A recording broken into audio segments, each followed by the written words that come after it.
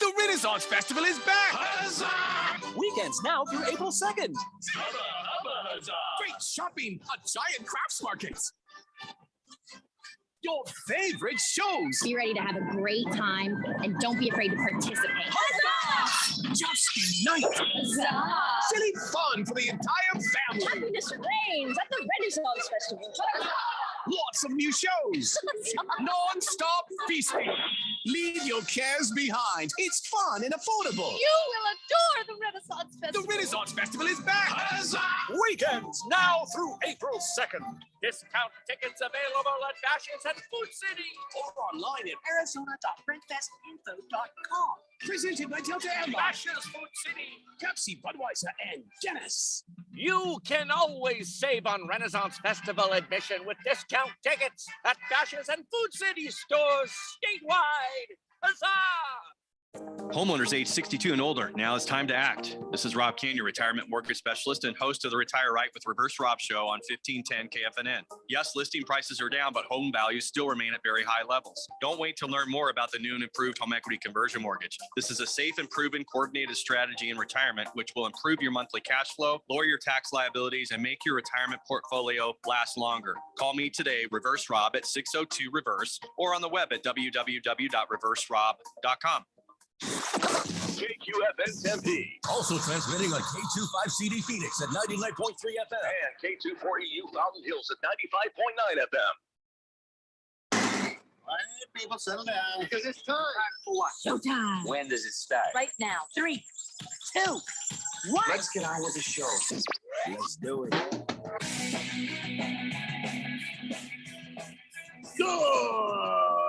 Good afternoon, everybody. Welcome to the middle of your work week. It is February 15th on a Wednesday.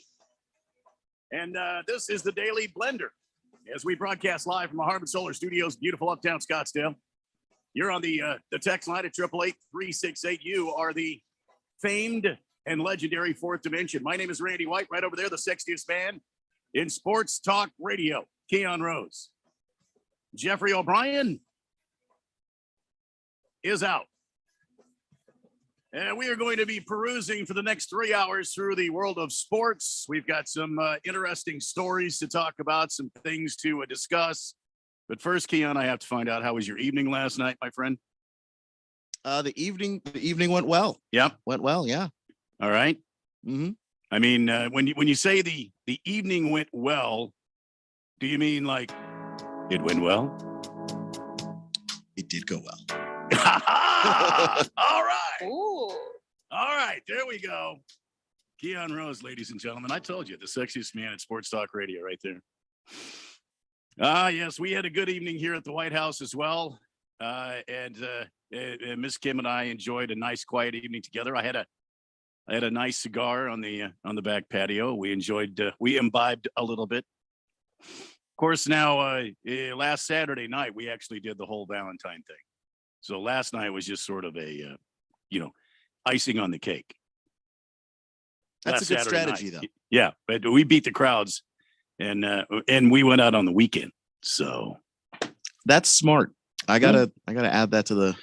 well, the old Miss playbook there. Miss Kim is brilliant. Although I question her judgment in men, having married me. But hey, listen, I'm glad she's my life partner. Bottom line is.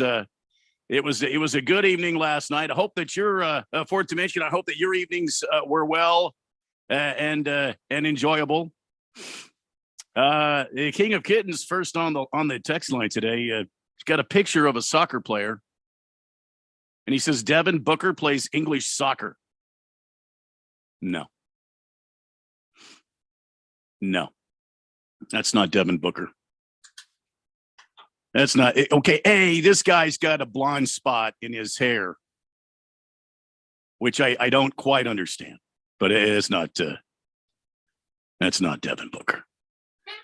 A Straight Striper says, Jeffrey, you've had a lot of time off recently, and we miss you. Hope your hormone therapy and transition are going smoothly. Looking forward to your return. No, that's not the story, Straight Striper. I could tell you, but then a large black car would pull up outside your house and kidnap your animals. Damn.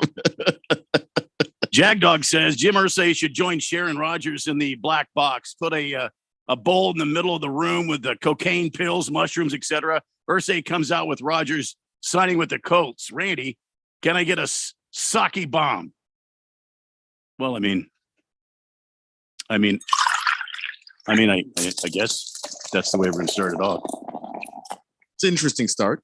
You know, I mean, it's a bit heavy to start the show off with, I think. Seems like a mid-show kind of drink, but you know, to each their own. Got a lot to talk about today. How about that game last night between Phoenix and Sacramento? Get to that in just a second. And of course, happy you baseball fans, happy opening to spring training. Pitchers, catchers, and injured players are reporting, and the games start next week. So it should be noted that I am excited. I was doing some reading on some Diamondbacks news. And there are some out there in the world, including myself, that believe the Diamondbacks will have a better season. Now, will they stack up against the Giants, Padres, and Dodgers? I don't think so. But they will have a better season. And I think they could surprise some people. And maybe, they get lucky. They might, this is my prediction, they might compete for a wild card spot. You heard it here first. We've got some other NFL news, other coaching, happenings going on. Let's see here. I want to have that discussion we didn't get to yesterday, Keon, about Zion Williamson. We could talk about that in the second hour. Do we have some tickets to give away? We got some basketball tickets to give away. I do believe we've got some ASU tickets to give away for tomorrow. So who it is? What's the game tomorrow? ASU is playing who? Colorado, if I'm not mistaken. ASU is taking on Colorado, and obviously it's just the tickets. We don't have the parking pass. It's just two tickets to the bank to watch ASU defeat Colorado. All right. It is some stuff from the NBA. We got a whole lot to cover. Let's get going here on this edition of the Daily Blender. Boy, the Suns looked great last night, taking down the Sacramento Kings 120-109. Big night for Booker, big night for CP3, and big night for Ayton. What the hell's going on with DeAndre Ayton? Another big scoring night for him. Kings are third in the West, 2 games ahead of the Suns. So it was a really good win for the Phoenix Suns. It was the first time that Kevin Durant showed up in the Footprint Arena. And I understand it was quite the rousing, ovation for him. But, what can you say? The Suns looked really good last night. Looked really good. Against a good Kings team. I mean, the Kings have been a thorn in the side of the Suns forever, but those were bad Kings teams. And it would always just be a head scratcher as to why the Kings were beating the Suns for whatever reason.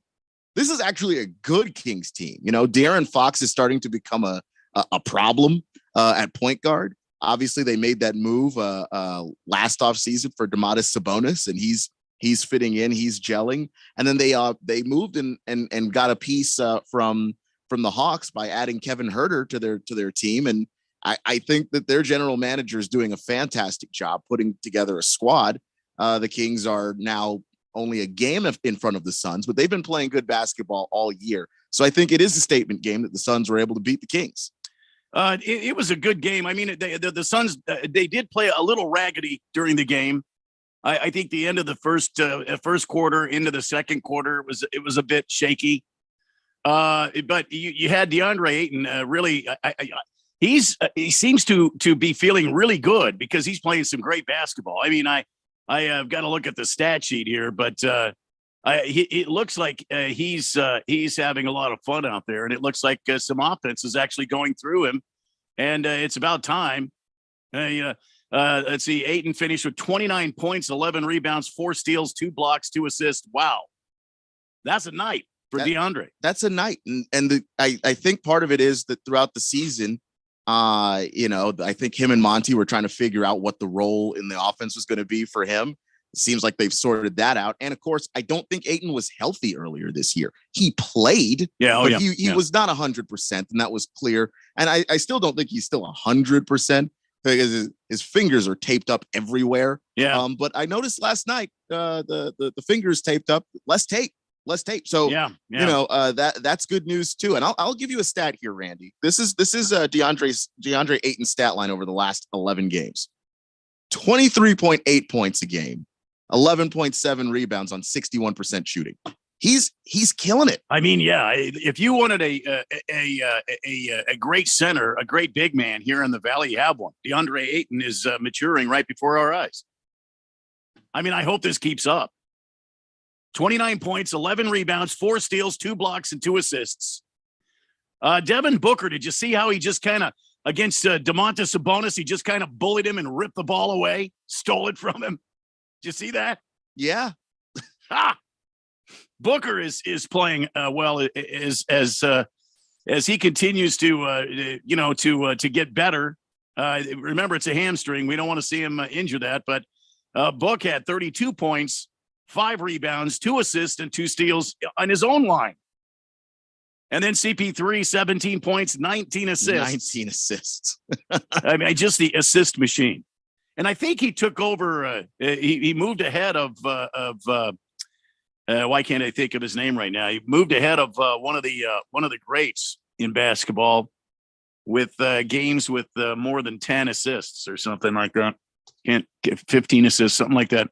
I'll have to look that up. He also had 2 rebounds and 2 steals. Yeah. And if I'm not mistaken, I think he is 3 steals away from passing Michael Jordan on the all-time steals list, which would put him at 3.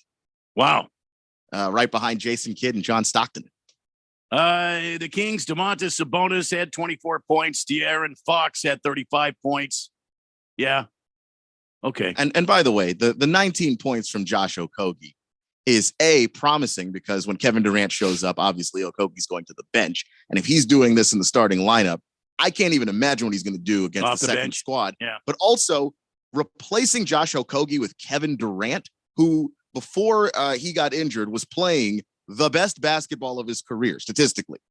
I think that we have something potentially dangerous here in the Valley. Yeah, I mean, KD's league average, his season average, isn't it like something like 29 points a game? Yeah.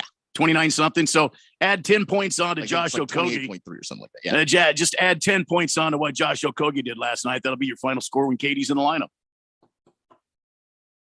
And that'd be 130 to 109. It'll be easier for everybody to score too, because you can't double anybody. It's going to be easier for Booker. Yeah. It's going to be easier for Durant. It's going to be easier for Ayton.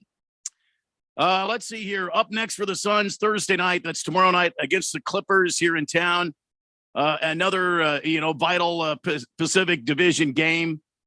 And by the way, Kawhi and playoff Paul, they're playing pretty good basketball right now. Kawhi led the team, the Clippers. We'll talk about that later on in the show, but he led the Clippers last night to a victory. So Thursday night, they come into town to take on the Suns. We'll see what happens. I still think we won't see Kevin Durant, although he looked good on video. They had some tape of him at the during the shoot around. He looks good. Yeah, he's been practicing. I think they think he's close. I think they just want to give him the time. Oh yeah. Because we're so close to the All-Star break. Why rush it? Get to the All-Star break. Yeah. Let him heal up over the break, and then you can also, obviously heal up in the time leading up to the break, and then he'll be good to go when the All-Star break is over. 888-368-1580. Bucking Job says, I'll take the tickets. All right, here's what we're going to do. Just start right now texting in to 888-368-1580 and say, I'll take the tickets. And we'll know that's you're entering the contest to get yourself a couple of ASU basketball tickets. They'll be taking on Colorado tomorrow night at the bank in Tempe. They're on the campus. So go ahead and just text in if you want these tickets. But only take them if you can use them. So we've got one bucking job. The first guy in says, I'll take the tickets. Stockton Slap says, spring training is as exciting as spring cleaning. Well, maybe for you. But there are a few of us in the Valley that enjoy spring training. A chance to get out in the sun, see the beautiful field, watch the greatest game ever invented, played on a diamond. You know, everybody says soccer is the beautiful game. Well, then why do they play it on a pitch? And if baseball's not the most beautiful game ever, why are they playing on a diamond? I rest my case. Yeah, these are good points. Good points. CK says, good afternoon, fellas. Randy, beer me. Okay. And he says, Jeffrey's out again. Surprise, surprise. Good job, Keon. I'm proud of you. Did she show you her Subway? And did you? Oh, boy. I don't think we're going to answer that question. No, not answering that question. And also, you never kiss and tell. That's just a basic rule. That's it. Keon is a gentleman. Basic rule. That's why he's known as the sexiest man in sports talk radio, because he's a gentleman. He won't do that. 888-368-1580. So as I'm going to spend a few minutes here before we take our break, since it is pitchers and catchers report day for spring training and all of the facilities around town are humming along now. What are some of the needs of some MLB teams? We're going to start this and kind of talk through some of these. And I'm going to start with, my Arizona Diamondbacks, because it starts with an A. The Diamondbacks had some issues to address in the offseason. Now they did take some moves in the bullpen, because their bullpen had one of the worst ERAs, maybe probably the worst ERA in baseball last season. They had over 40 bullpen losses. They were toward the top of the list in blown saves. Among the worst in the ERA. And so what did the Diamondbacks do in this offseason? Well, they made some bullpen adjustments. Mark Melancon will be back. I know he had a terrible season, Big George. Don't at me. I know, Big George. He had a terrible season. I know. But he's coming back, and maybe, you got to go up. You can't go back down. You got to go up. And then they brought the sheriff back, Andrew Chafin, who had a pretty good season last year. They signed him. They have Miguel Castro, Sean McGough, Cole Sulcer, Sulcer. I think it's pronounced Sulcer. I haven't heard it said out loud, so I don't actually know. I'm assuming Sulcer, though. And then in the starting lineup, they still have Zach Gallen and Merrill Kelly. By the way, they did a great job for the Snakes last year. Diamondbacks need to pick up the pace in that bullpen. They've got some hitting, especially with the youngsters they brought up last season. I like to see this team just continue to use these guys they brought up last season. They got some valuable experience. They were hitting the ball. It was exciting. They were running the bases. Jake McCarthy was running. They were playing some exciting ball. What do you think the Diamondbacks need to do? I know Big George's going to text. I just know he is. You do. It's inevitable. The sky is blue, water is wet. Big George is going to have very strong and sometimes even overly emotional reaction to his Diamondbacks. So what do you think the Diamondbacks need? Keon, what about you? What would you like to see the Diamondbacks do as they head into this 2023 season? Because remember, they could still make some moves during spring training, that sort of thing. Yeah, I just think going into this season, I want to see a little bit more dedication to developing the young guys, because like you said, there's some really talented players. And I don't want to see those players moved once they start to show some promise, start to show some potential. I know you want to get some return back on it, but how are you going to build anything that contends if you don't spend money and you don't develop players? If you don't spend money, fine. There's lots of teams in baseball that don't spend money, but then develop your guys. And that's what I want to see out of the Diamondbacks coming into this season is a stronger focus on that, because I think that they haven't done a bad job of it. I think that's one of the things that the Diamondbacks actually do a pretty decent job of, is developing guys, but develop them and then keep them. We've got to take a break. When we come back, More of your texts at 888-368-1580. Don't forget, we're giving away a couple of ASU basketball tickets for tomorrow night against Colorado. All you got to do is text in at 888-368-1580 and say, I'll take those ticks. Just like, Bucking Job did. But when we come back, we'll take a look at Keon's Nationals. And if you want us to you kind of look at your team, text it in and let us know what is your team. And we'll try to break it down for you. It's a Daily Blender on 1580 and 99.3 The Fanatic. That's what she said. This is Brent Musburger's Action Update on 1580 and 99.3 The Fanatic. The best way to start betting smarter is to sign up for a free VSiN subscription at vsin.com/subscribe. That's vsin.com/subscribe. NBA tonight, the LA Lakers home to take on the New Orleans Pelicans. Lakers a 4.5-point home favorite, minus 200 on the money line. Pelicans plus 168 over under 234.5. The Nuggets home to take on the Dallas Mavericks. Denver a 4.5-point home favorite, minus 190. Dallas plus 160 over under 234. Memphis 10-point home favorite against the Utah Jazz tonight. Grizzlies minus 480. Utah plus 370 over under 239. Oklahoma City, a 10-point favorite against the Houston Rockets. Thunder minus 500, Houston plus 385. I'm Tony Desiri with your VSiN Action Update on 1580 and 99.3 The Fanatic. Seems like everything is going electric these days. Electric cars, electric trucks. But what you save on gas, you pay for with that electric bill. With all these things being plugged into your house, wouldn't it be nice to save up to 85% on your monthly electric bill? Well, you can do that with zero down and no payments for 12 months. Call Harmon Solar. Harmon Solar is a family-owned, woman-owned local company that uses top-of-the-line equipment. Call Harmon Solar, 800-281-3189. That's 800-281-3189. Or go to harmonsolar.com. Paid for by Christian Care Ministry. Let's see, if something costs less, but people are happier with it, that sounds like something to look into, and that's Medi-Share. Maybe you've heard switching to Medi-Share to pay for healthcare can save the typical family $500 a month. And that's huge, but it's also true that people are way more satisfied after making the switch too. The customer satisfaction rate for Medi-Share is double that of the typical health insurance plan. Medi-Share works. It's been around for more than a quarter century, and members have shared more than $3 billion of each other's bills. People love having telehealth and a huge nationwide PPO network. So yeah, you can save a ton and like it better. Imagine being happy with how you're taking care of your health care. So if you're self-employed or part of the gig economy, or you just want a plan you're happy with, you can call right now and get a price within 2 minutes. A very, very smart use of 2 minutes. Here's the number you need, 855-51-BIBLE. That's 855-51-BIBLE, 855-51-BIBLE. One trip down Scottsdale Road, and it's obvious. Snowbird season is here.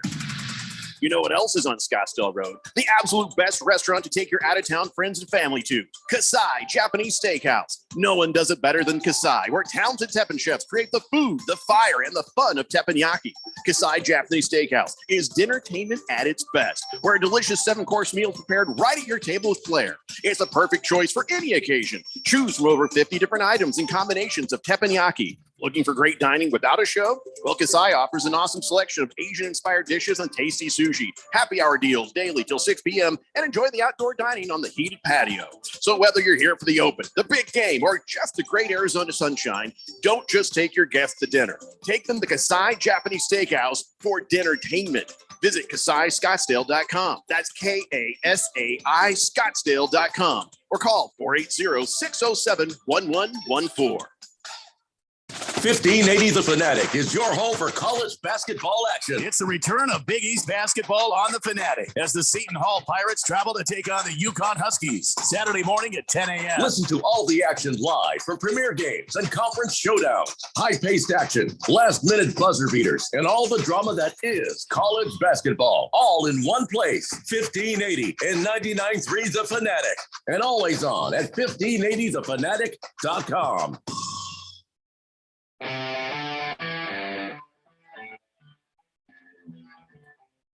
Welcome back to the Daily Blender here on 1580 and 99.3 The Fanatic on this beautiful Wednesday. Gorgeous day outside. By the way, weather people out there, they're talking about a freeze warning So take care of your succulents tonight. Make sure you take care of those.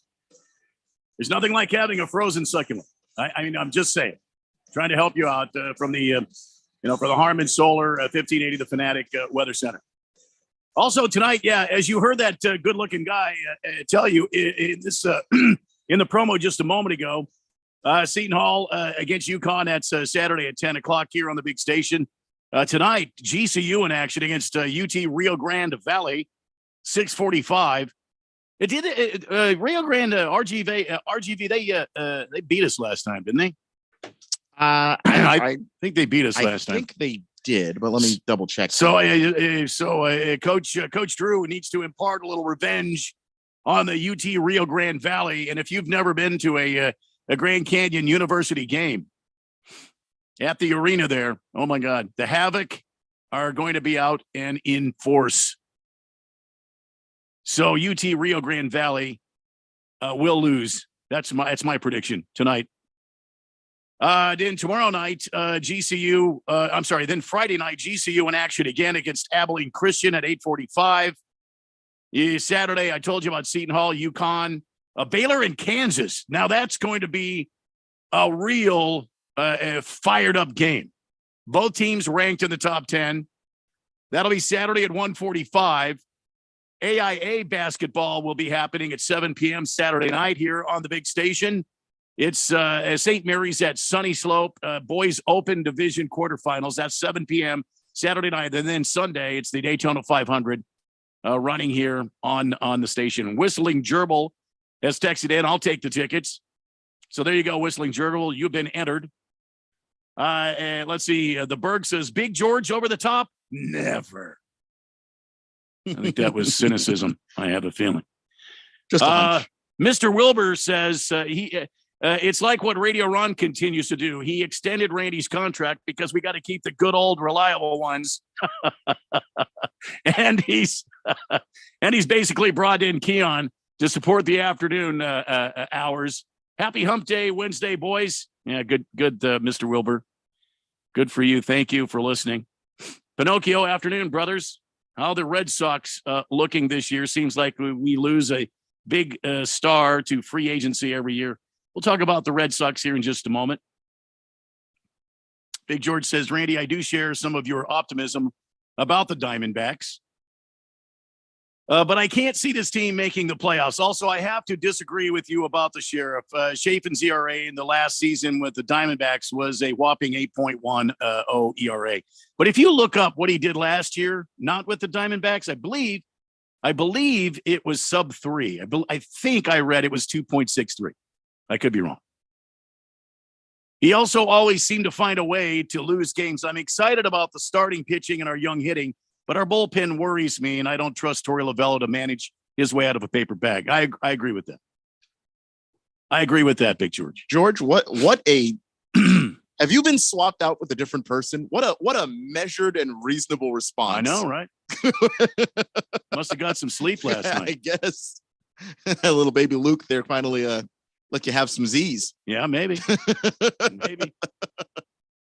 All right, so Keon, your team, the Washington Nationals. How do we have to talk about them? 55 and 107 last season. Things don't look a ton better. I stopped watching them halfway through the season. It was too painful. They do have a few pieces that could be a part of the next contender, but there's more building to be done. Corey Dickerson is one of the guys to keep your eyes on. Trevor Williams. And then Patrick Corbin, I don't know. He was good when he was with the D-backs. And he was good for the championship year that the Nationals won. We got one good year out of Patrick Corbin and then never again. Just seems like, I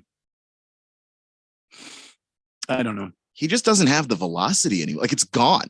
And he also had a lot of, I don't know. I think the control's still there, I guess, but the velocity's just not. And he gets knocked out of the park often. It's kind of sad to watch because you just go, you don't have to think back that far to 2019 when he wasn't dominant, but he was really damn good. And now he goes out there and you just know he's losing that start. There's There's almost no point. I just think there's too many question marks for this team to be relevant this year. I agree. And the thing that makes me, I'm not going to say upset, but annoyed as a fan is that they won't go out and spend the money. Like they're taking a very long rebuild approach to building another championship caliber team. But here's the thing about the Lerner family. They're rich. Like they're one of the wealthier owning groups in all of baseball. Well, they didn't get rich by spending money, Keon. I guess, but like good God, man. You don't put money in the bank by spending it, Jack. I guess, but once you have it, what's the point? I mean, you've got billions upon billions. Good Lord. You know, you got the whole, you got the real estate in the entire DMV area under wraps. Like they make so much money from that. Just spend some money on the damn team. You know, it's also some of the youngsters on the team. Heimer Candelario, he's, first of all, he didn't have a good season last year. If he hits more like he did in 2021, this could be a shot in the arm for the lineup of this team. Corey Dickerson, also on a 1-year deal. He can be a valuable bat. But are the Nationals going to trade him away? I mean, yes. At this point, they're sellers, and the season hasn't even started. Yeah, that's the part that sucks to me. Like the season hasn't even started, and you're already thinking to yourself, like, oh yeah, everyone's going to come to us to pick us for spare parts. That's as a fan, it's hard to get invested in a team when you know you've got no shot. I think the Nationals can have a maybe slightly better season than last year, win 60 games, 61 games, if they're lucky. But there's not a huge jump to be had here because they didn't change anything. The Red Sox, somebody asked about the Red Sox on the text line. Well, I think it depends on how Chris Sale looks. Remember, he had that kind of fluky injury that finger broken on a comebacker. Had a broken wrist in a bicycle accident. Have they wrapped Chris Sale in bubble wrap yet? Because it seems to me they need to do that. Man, I remember in fantasy baseball, it was like a legacy league where you get to keep the player. And I drafted Chris Sale thinking that was such a great pick. Oh my God. He's been injured every day since. I mean, he's so injury prone. I don't know if you can rely on him. I know he was saying that he thinks that if the bullpen stays healthy, or not the bullpen, the starting pitchers for Boston stays healthy, they could really make some noise. But they're never healthy, and he's the least healthy one. And their roster, their lineup is you don't know what you're going to get. It could be a great team. It could be a bad team, and only a couple of things could go wrong to make it be a bad team. But of course, a couple of things could go right and make it a good team. I mean, like Chris Sale, he's only thrown 48 and a third big league innings since 2019. We're in 2023. Since 2019, he's only thrown 48 and a third big league innings. Yeah, and the competition he's dominated the most was when he was in the minors. Beating up a poor dry erase board that didn't do anything to him. So I don't know. Yeah. I don't know what to make of that guy right now. Dry erase boards kind of, they have it coming. A little bit. I mean, they just sit there and they stare at you all the time. And then you could color on them, with all these different colors and stuff. So they can be flamboyant. They can be charismatic. I mean, dry erase boards have it coming. But I think I don't disagree with you. I would love my starting pitcher to beat someone more than just a dry erase board. Though. Dry erase boards are pretty damn cocky. I mean, if you're asking me. They are, but they can't hit back. So gotta, I don't know, dominate from the mound, man. I don't, somebody the other day asked how his White Sox team looks. I don't know. There are a lot of question marks that I think, need to be answered. Like, who's going to step into the leadership void now that Jose Abreu is gone? Who's going to rise up and be that team's leader? And I think that they've got to fix their starting lineup. They've got to bring in somebody with some pizzazz that can help this lineup actually do. And the thing that's sad about this is this team, they had a window And they had Sleepy in there. That old Sleepy in there. Mm-hmm. And obviously he wasn't a good fit with the team. Well, the team wouldn't play for him. We all saw that coming. It's a bunch of kind of, up and coming, cocky young guys. And then you have an old school guy that like sometimes that can work if he comes in and he's able to get the team to buy in. But when you don't get the team to buy in, like La Russa wasn't able to, then it just ends up being a disaster and a waste of everybody's time. I've got to also put in there that I don't think the Cubs are going to have a good year either. They have that Japanese kid, that Seiya Suzuki. I'm excited about him. I mean, I want to wait and see how he looks. He's an infielder, so it'll be interesting to see how he works here in MLB. I like Rossi as their head coach. I like Rossi as their head coach. He seems to be a down-to-earth guy. He knows a lot about the game. He's got a lot of experience as a player. He was a catcher. He was on the World Series team. But they may have to move him out and bring in somebody else that can help this team. I'll tell you a team that I'm gonna watch real close this year. They won't win their division, but I think they're going to be very relevant when it comes to playoff talk. The Baltimore Orioles. There's something going on there in Baltimore. They've got some young players. They've got some young pitching. They've got a young coach in there, and they're exciting to watch. Now, of course, they have to go up against the Evil Empire, the Blue Jays, the Devil Rays. They finished 4th last season, but they were impressive. I mean, they were right there in the wild card hunt. I would say keep your eyes on the Baltimore Orioles. My MLB extra innings team to watch is the Mariners. Oh yeah, definitely. I hope they can kind of repeat and build on what they did last year, because that team was so fun and all those guys were playing for each other, and it was just great to watch. It was just great TV, and like when you have a team that's young like that, like they don't know that they're not supposed to beat people, so they just play recklessly. Like that to me is some of the most fun you can have watching baseball. I was really excited for the Mariners last year. Yeah, and they've invested in that team too. I mean, there was a franchise that wasn't investing a lot for a long time. When Griffey Jr. left that team and they started to dismantle that playoff run they had, when Griffey Jr. was there, I mean, they had moments of greatness, but they have picked up that kid. What's his name? Julio.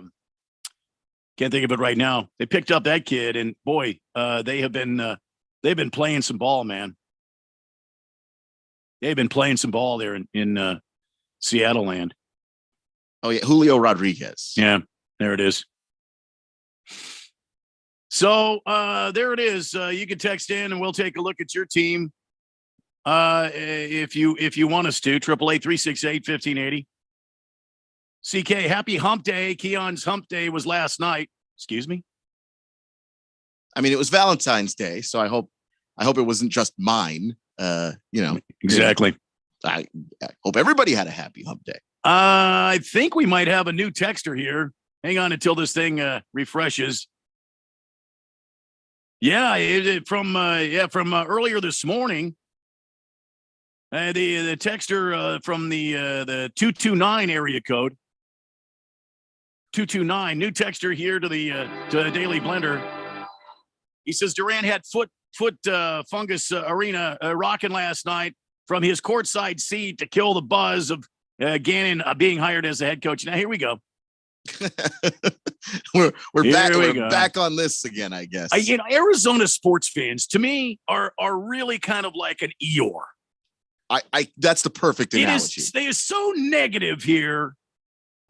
It is so negative here that even when they make a move to add a guy who just took his defense and team to the damn Super Bowl, it's like it's going to be an absolute mess. Oh, no. The Cardinals didn't get it right again. They hired Jonathan Gannon. This is going to be a crap show. I don't understand it, because I understand that things go. The Cardinals have not had the best luck. I understand that. But what I don't understand is how Cardinals fans somehow manage to act more miserable than, Jets fans. They act more miserable than Dolphins fans. Act more miserable than Washington fans. Like, some of the most beat up teams in this league, the Cardinals have had more success recently than all of those teams. Where is the pessimism coming from? That's what I don't understand. Well, I mean, it's I understand they've been gut punched before too. I think that's what it is. It just this a culture of losing here. This culture of you see a little brightness, but generally it's dark and dreary in the sports world here, unless you're a Phoenix Suns fan. If you're a Phoenix Suns fan, then it's easy to be happy because you've had more success than you had failures. But I mean, the Cardinals, they've done nothing but really lose here. Every time they bring in somebody else, it was that way when they brought in Joe Bugle back in the day. Remember him and his bologna sandwiches? They brought in Buddy Ryan, and they wanted to write him out of here on a rail after the first season. The team was so bad. It just seems like there's this curse over the Arizona Cardinals that no matter who they bring in or what they do, it doesn't work. I mean, look at Kyler Murray, number 1 overall pick. We pick him up, and then it's like, everybody there was a buzz there for a while. But you had that like 1 or 2% of people that were all like, this is the worst thing you could have done from the beginning. And then that kind of grew out of control. That little cancer spread to the entire. And even though we went 11-0 last season to start the damn season, you had your doubters. I'll believe it when I see it. And now they hire this guy, Jonathan Gannon. Good luck, Jonathan Gannon. Good luck, man. I support you. Unless you really suck, then, the whole place, I can't protect you from the whole place. It'll just turn on you. It'll be like a wide world of zombies or something. They'll all come and get you. Got to take a break. When we come back, we're going to talk a little more stuff. I don't know what it is yet. Tampa Bay has a second interview for their job opening, their OC job opening. I'll tell you about that. And the Dolphins make it official with Vic Fangio. We'll talk about it next here on the Daily Blender here on 1580 and 99.3 The Fanatic. Diabetes, high blood pressure, anxiety meds, everyone's on them. If you're a 50-year-old male, maybe a bit porky, and you may even have type 2 diabetes, $1 million of term insurance may only cost you about $200 a month. Call Term Provider. Speak with Big Lou at 800-444-9336. Big Lou will find a term life policy for you even if you have type 2 diabetes, are overweight, or have high blood pressure. Term Providers help thousands of people like you who think they can't afford term life insurance. To buy $1 million of affordable term life for you, all you need to do is call Big Lou at 800-444-9336. Lou will make sure the scales are tipped in your favor. Call 800-444-9336. Big Lou will answer your call and work to fit you into a term life policy that you can afford. Remember, Big Lou's like you. He's on meds too. Call 800-444-9336. 800-444-9336.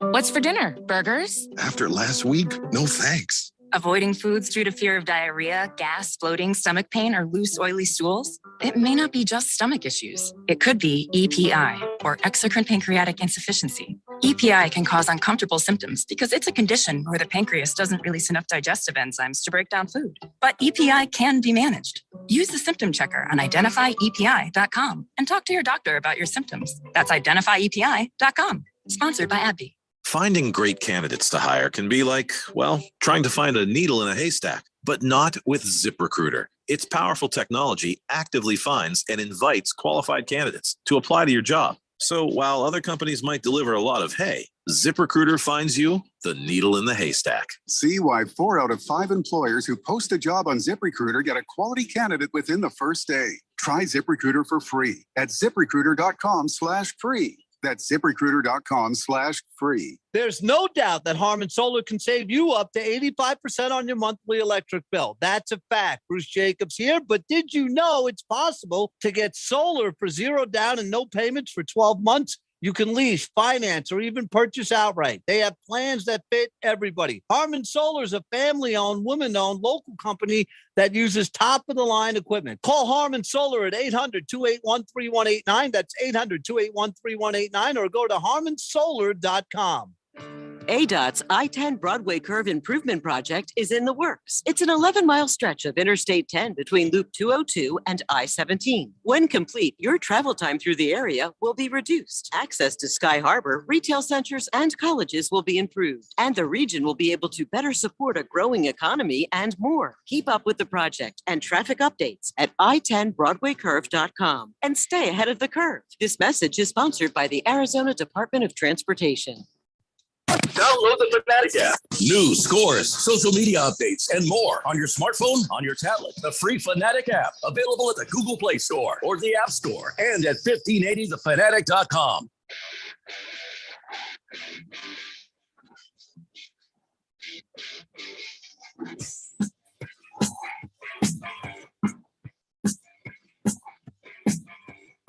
And welcome back to the Daily Blender on this hump day, February 15th. For some reason, my text machine has gone bonkers. It says that I've got texts that are 15 days old. So I apologize if I have not seen your text. Hamilton Porter on the text line says, serious question, since both yours and my team suck, who's a better year, the D-backs or the Tigers? I think the Tigers have a better head coach. I hate to say it. I think the Tigers have some young talent that if they start to mature during this season, the Tigers would be a team to – but the Tigers have no starting pitching. The Tigers need starting pitching.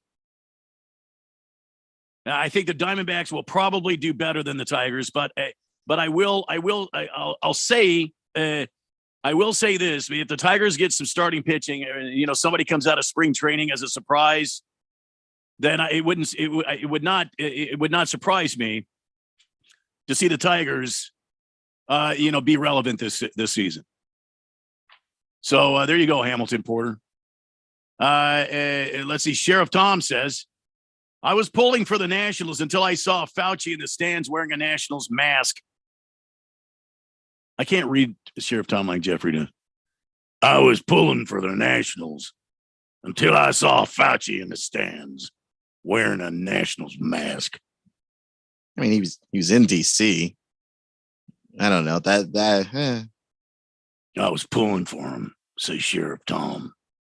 I mean, that was close, I guess. I don't know. Yeah, no, you're pretty close there. I will say, Sheriff Tom, I don't have the problem with Fauci that a lot of folks have, I guess, but I think it's hard to pull for the Nationals because it's hard to watch them play baseball. They are terrible. They sure have a pretty ballpark, though. Oh, it's nice. Oh, it's so nice. In fact, like that whole part of DC, from what I understand, because this all happened, after I no longer lived there, but like it was a part of town nobody really wanted to live in. And then because they put the park there, it's actually revitalized the entire area. Isn't that amazing? So that's really cool. Mm. Curious ASU fan says, is there any relation between the former ASU basketball player Remy Martin and the line of alcohol called Remy Martin? Just curious. Well, that's why you're a curious ASU fan, because you're curious. And I don't believe there is any. I don't think there's any relationship there. I think the Remy Martin, line of alcoholic beverages, spirits, completely different. Maybe Remy Martin's dad was a big Remy Martin, a fan. I don't know. Moist One says, what's up, Bird King? Jonathan Gannon, your new head coach, Arizona Cardinals, ready to get to work. Buckle up. We're going to have some fun. See you soon. All right, there's some positivity. There it is from the Moist One. Of all people. I mean, ladies and gentlemen, the Moist One bringing some positivity on the Cardinals hire at head coach. because the positivity we usually get from the Moist one we find disturbing generally. Well, yeah. So this is a nice change. Change your pace there. So a lot of NFL news as we head towards the top of hour number one, being coming to a close. Today from Tampa Bay, they have scheduled a second interview for their vacant offensive coordinator's job with a guy by the name of Thomas Brown. That's the assistant head coach of the Rams. And they brought him in originally, and now he is coming back for a second interview. What say you, Keon Rose? Tampa Bay bringing in the Rams, Thomas Brown for the offensive coordinator job. Wouldn't you think he would want to stay in Los Angeles, or is it just going to be too ugly, for the rebuild there for him to stay around? He just thought he would go and get some work in on a real NFL team. Well, not. I don't know if it's that. So here's the thing, because not all of the offensive coordinator jobs are created equally, and I think this to answer your question, this actually applies to Eric Bieniemy as well. People want to know, well, why would you leave Patrick Mahomes and the Chiefs? And the reason is you have a lot of these offensive coordinator jobs. There's 32 of them in the NFL, but they're not all the same. In those jobs where the head coach is an offensive-minded guy, typically the offensive coordinator doesn't get to call plays. So you design the offense during the week. You formulate the game plan. You're going back and forth with the head coach. You're working with the quarterback. You're working with the offense and all of that stuff, but you don't get to call plays on Sunday. And I think a lot of these guys, like Bieniemy under Andy Reid, who doesn't get to call plays, or Thomas Brown under Sean McVay, doesn't get to call plays because McVay calls them. They're looking for some of these jobs where they're going to have an opportunity to call plays and show what they can do. And I think for Thomas Brown going to the Buccaneers, where, Todd Bowles is still going to be the head coach. He's a defensive guy. You get an opportunity to be a play caller because it's never going to happen for you in LA with the Rams. Yeah. More experience, right? So I think that's a good move for him. And I do like Thomas Brown. Thomas Brown is another one of these guys that the NFL is keeping an eye out for, these young up and coming coaches. And Sean McVay had Thomas Brown on his staff and said, Thomas Brown's going to be a dude one day. Like, just some team is going to hire him and get really lucky and be glad they did. So I think that this is obviously a great move. He doesn't have the experience calling plays, but he has been around it, in LA with the Rams. He does understand how it works, what it takes to go to a Super Bowl, all of that stuff. So I think that Thomas Brown, if he gets hired by the Buccaneers, that could be a potentially significant hire if the Bucs can also find a way to replace Tom Brady. And Thomas Brown he's got experience as being an OC. I mean, he was experienced. He had some experience from his time with the University of Miami. Mm-hmm. He also interviewed for the Texas head coaching's job, but that we see how that went. And Brown's he's kind of bounced around a little bit. The Seahawks quarterbacks coach Dave Canales also had a second interview with the team on Tuesday. So Thomas Brown in the office today. Sounds like they're whittling it down to between Dave Canales and Thomas Brown. I mean, that's what it seems like to me. Yeah, and that's another good person there. He's going to obviously get some credit, Canales, for helping to resurrect Geno Smith. I'm going to give Geno most of the credit for that, but obviously the quarterback's coach, it does play an important part in that. And so here's an opportunity for him to maybe take a step up, get an OC job in his own right. From what I understand, the Seahawks think that he's a sharp young mind as well. So there are a lot of those options as far as offensive coordinator floating around. I think maybe the Cardinals should get into gear a little bit and start looking at some of these guys before they start going off the board. Meanwhile, in Miami, speaking of the Dolphins officially announced their hiring of Vic Fangio as their new defensive coordinator after reportedly reaching an agreement with him last month. So according to what this article says from ESPN, the agreement came to terms on January 29th when Fangio signed a 2-week contract with the Eagles as a consultant, helping them prepare for Super Bowl LVII. Remember, I don't do Roman numerals. Preventing him from signing with any other team until that contract expired. So today it was announced the Dolphins have a new, defensive coordinator. Listen, from my understanding of Vic Fangio, he is an aggressive defensive coordinator. He's a wily veteran of a coach. And I think this is going to be nothing but a win for the Dolphins. Do you agree or disagree?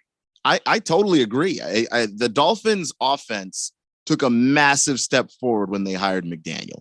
But obviously, if you replace Brian Flores with anybody, your defense is going to take a step back, and theirs certainly did.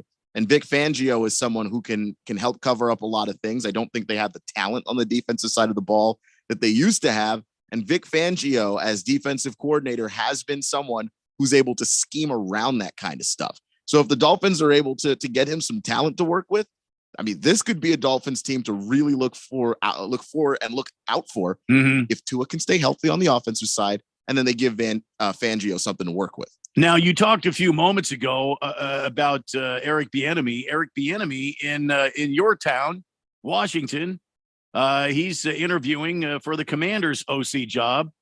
It looks like this would be a huge pickup. But he's also linked to the Baltimore Ravens job. But that went to Todd Monken. We reported that yesterday. So this would be a huge impact for your beloved Commandos. What do you think about Eric Bieniemy coming in to talk to the Commandos? I love it. I mean, I think it's pretty ridiculous, this idea that Eric Bieniemy somehow has to prove himself as a play caller before getting a head coaching job. Just because of how much time he spent around Andy Reid and what he knows. But all right, if the league is going to make him do that, then I do it for my team. He's going to be working with Sam Howell, the young quarterback they took in the 5th round last year, who I thought should have been higher than a 5th round pick. I have no idea how that dude fell all the way to 5, but he did. And they're looking for somebody to help develop him. And I think Eric Bieniemy, if they hire him, be the perfect guy for the job. Washington could also explore the veteran market at quarterback, bring in Derek Carr or Jimmy Garoppolo. I mean, they're out there. Why not take a swing at those guys and let Sam Howell continue to sort of develop and percolate there under Bieniemy's tutelage? I don't disagree with that either. Carr, I definitely am intrigued by. I think everybody knows by now how I feel about Jimmy Garoppolo. I don't like him. Yeah. I think that he's a very average quarterback. And if you take away all the talent that the Niners have, I don't know that you add him to Washington and all of a sudden you've got, this this great team. I like the Carr thing more, because if Carr shows up and he's just the guy, then, you just got a solid backup in Sam Howell. And if for whatever reason it doesn't work out, well, then you just give Sam some more time to develop. They spent a lot of time with him last year working on that footwork. So just give him another year to do it. Well, and you got a 9-year veteran. If you bring in Derek Carr, you got a 9-year veteran. I mean, okay, he's not Tom Brady, but he is Derek Carr, and you've got quite the offensive weaponry there with Terry McLaurin, Jahan Dotson, Curtis Samuel. I mean, Brian Robinson in the backfield. No slouch of a team, and I think they're just a piece or two away from being a team that could really do some damage there in their division. So. We'll keep our eyes on that as Eric Bieniemy interviewing for the Chiefs OC job. It'll be interesting to see what happens there. Again, another situation where they have a defensive head coach, so the OC is going to be important. He's going to be the guy calling the plays. All right. Well, the music says that's 1 hour down. We've got 2 to go here. Don't forget, we're giving away a couple of tickets to go see ASU take on Colorado tomorrow night. All you have to do is text in and say, "Hey, I want those tickets." And I will announce the winner towards the end of the show today. This is the Daily Blender on 1580 and 99.3 The Fanatic. Back in just a few moments. It's not easy being the one everyone counts on to keep the facility running, no matter the weather or supply chain hiccup. But we get you, Raymond in Buffalo, and Maria in Miami, Jules in Minneapolis, and Stan in Central Indiana, taking control of everything that's under your control. At Grainger, we're here for you with experienced branch staff at over 250 locations, so you get the product you're looking for. Call clickgrainger.com or just stop by. Grainger, for the ones who get it done. Hi, Jada Cantor here, Diamond Dave's daughter. I've watched my dad as I grew up talk about what he can do, what no one else can, because of our family's 4th generation connections, direct importing and operating out of an office instead of a typical retail location. If you want something special in a diamond, a wholesale price, and to have the owner personally involved in your special diamond, call my dad, Diamond Dave. Call Diamond Dave at 480-397-2450 or follow him on Instagram at Diamond Dave, KANTOR. Hey guys, it's Stephen McCollum from the Main Event here on 1580 The Fanatic. Join the show as we discuss all the Phoenix teams and go around the country. Do the Cardinals get a head coach soon? Kevin Durant gets introduced on Thursday, and Jacob Chikrin on trade alert for the Coyotes. Pitchers and catchers report this week for Major League Baseball, so join me, Stephen McCollum, on the main event. Monday through Friday, noon to 2 p.m. here on 1580, 99.3 FM, The Fanatic. What's for dinner? Burgers? After last week, no thanks. Avoiding foods due to fear of diarrhea, gas, bloating, stomach pain, or loose, oily stools? It may not be just stomach issues. It could be EPI, or exocrine pancreatic insufficiency. EPI can cause uncomfortable symptoms because it's a condition where the pancreas doesn't release enough digestive enzymes to break down food. But EPI can be managed. Use the symptom checker on identifyepi.com and talk to your doctor about your symptoms. That's identifyepi.com. Sponsored by AbbVie. The Renaissance Festival is back! Huzzah! Weekends now through April 2nd. Great shopping, a giant crafts market. Your favorite shows. Be ready to have a great time and don't be afraid to participate. Huzzah! Just night. Huzzah! Silly fun for the entire family. Happiness reigns at the Renaissance Festival. Lots of new shows. Non-stop feasting. Leave your cares behind. It's fun and affordable. You will adore the Renaissance Festival. The Renaissance Festival is back. Huzzah! Weekends now through April 2nd. Discount tickets available at Bashes and Food City Or online at arizona.printfestinfo.com. Presented by Delta Airlines, Bashes Food City. Pepsi, Budweiser, and Guinness. You can always save on Renaissance Festival admission with discount tickets at Bashes and Food City stores statewide. Huzzah! KQFN Tempe. Also transmitting on K25CD Phoenix at 99.3 FM and K240U Fountain Hills at 95.9 FM. All right, people, settle down because it's time for what? Showtime. When does it start? Right now. 3, 2, 1. Let's get on with the show. Let's do it.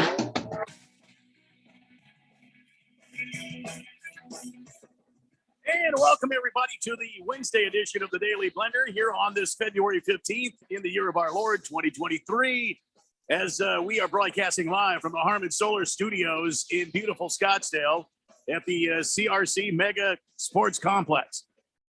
You were texting in on the text line at 888-368-1580, known as the Fourth Dimension. You're the greatest power among all radio talk show listeners. The Fourth Dimension, king of them all. My name is Randy White. Right over there, the sexiest man in sports talk radio. That's Keon Rose. Jeffrey O'Brien is out today. We talked last hour. The headline on the day was Suns dominating the Sacramento Kings, and it was no slouch of a Sacramento Kings team. They're third right now in the division. The Suns gained a full game on them in the standings. What a game last night. 120-109 at the Fungus Arena.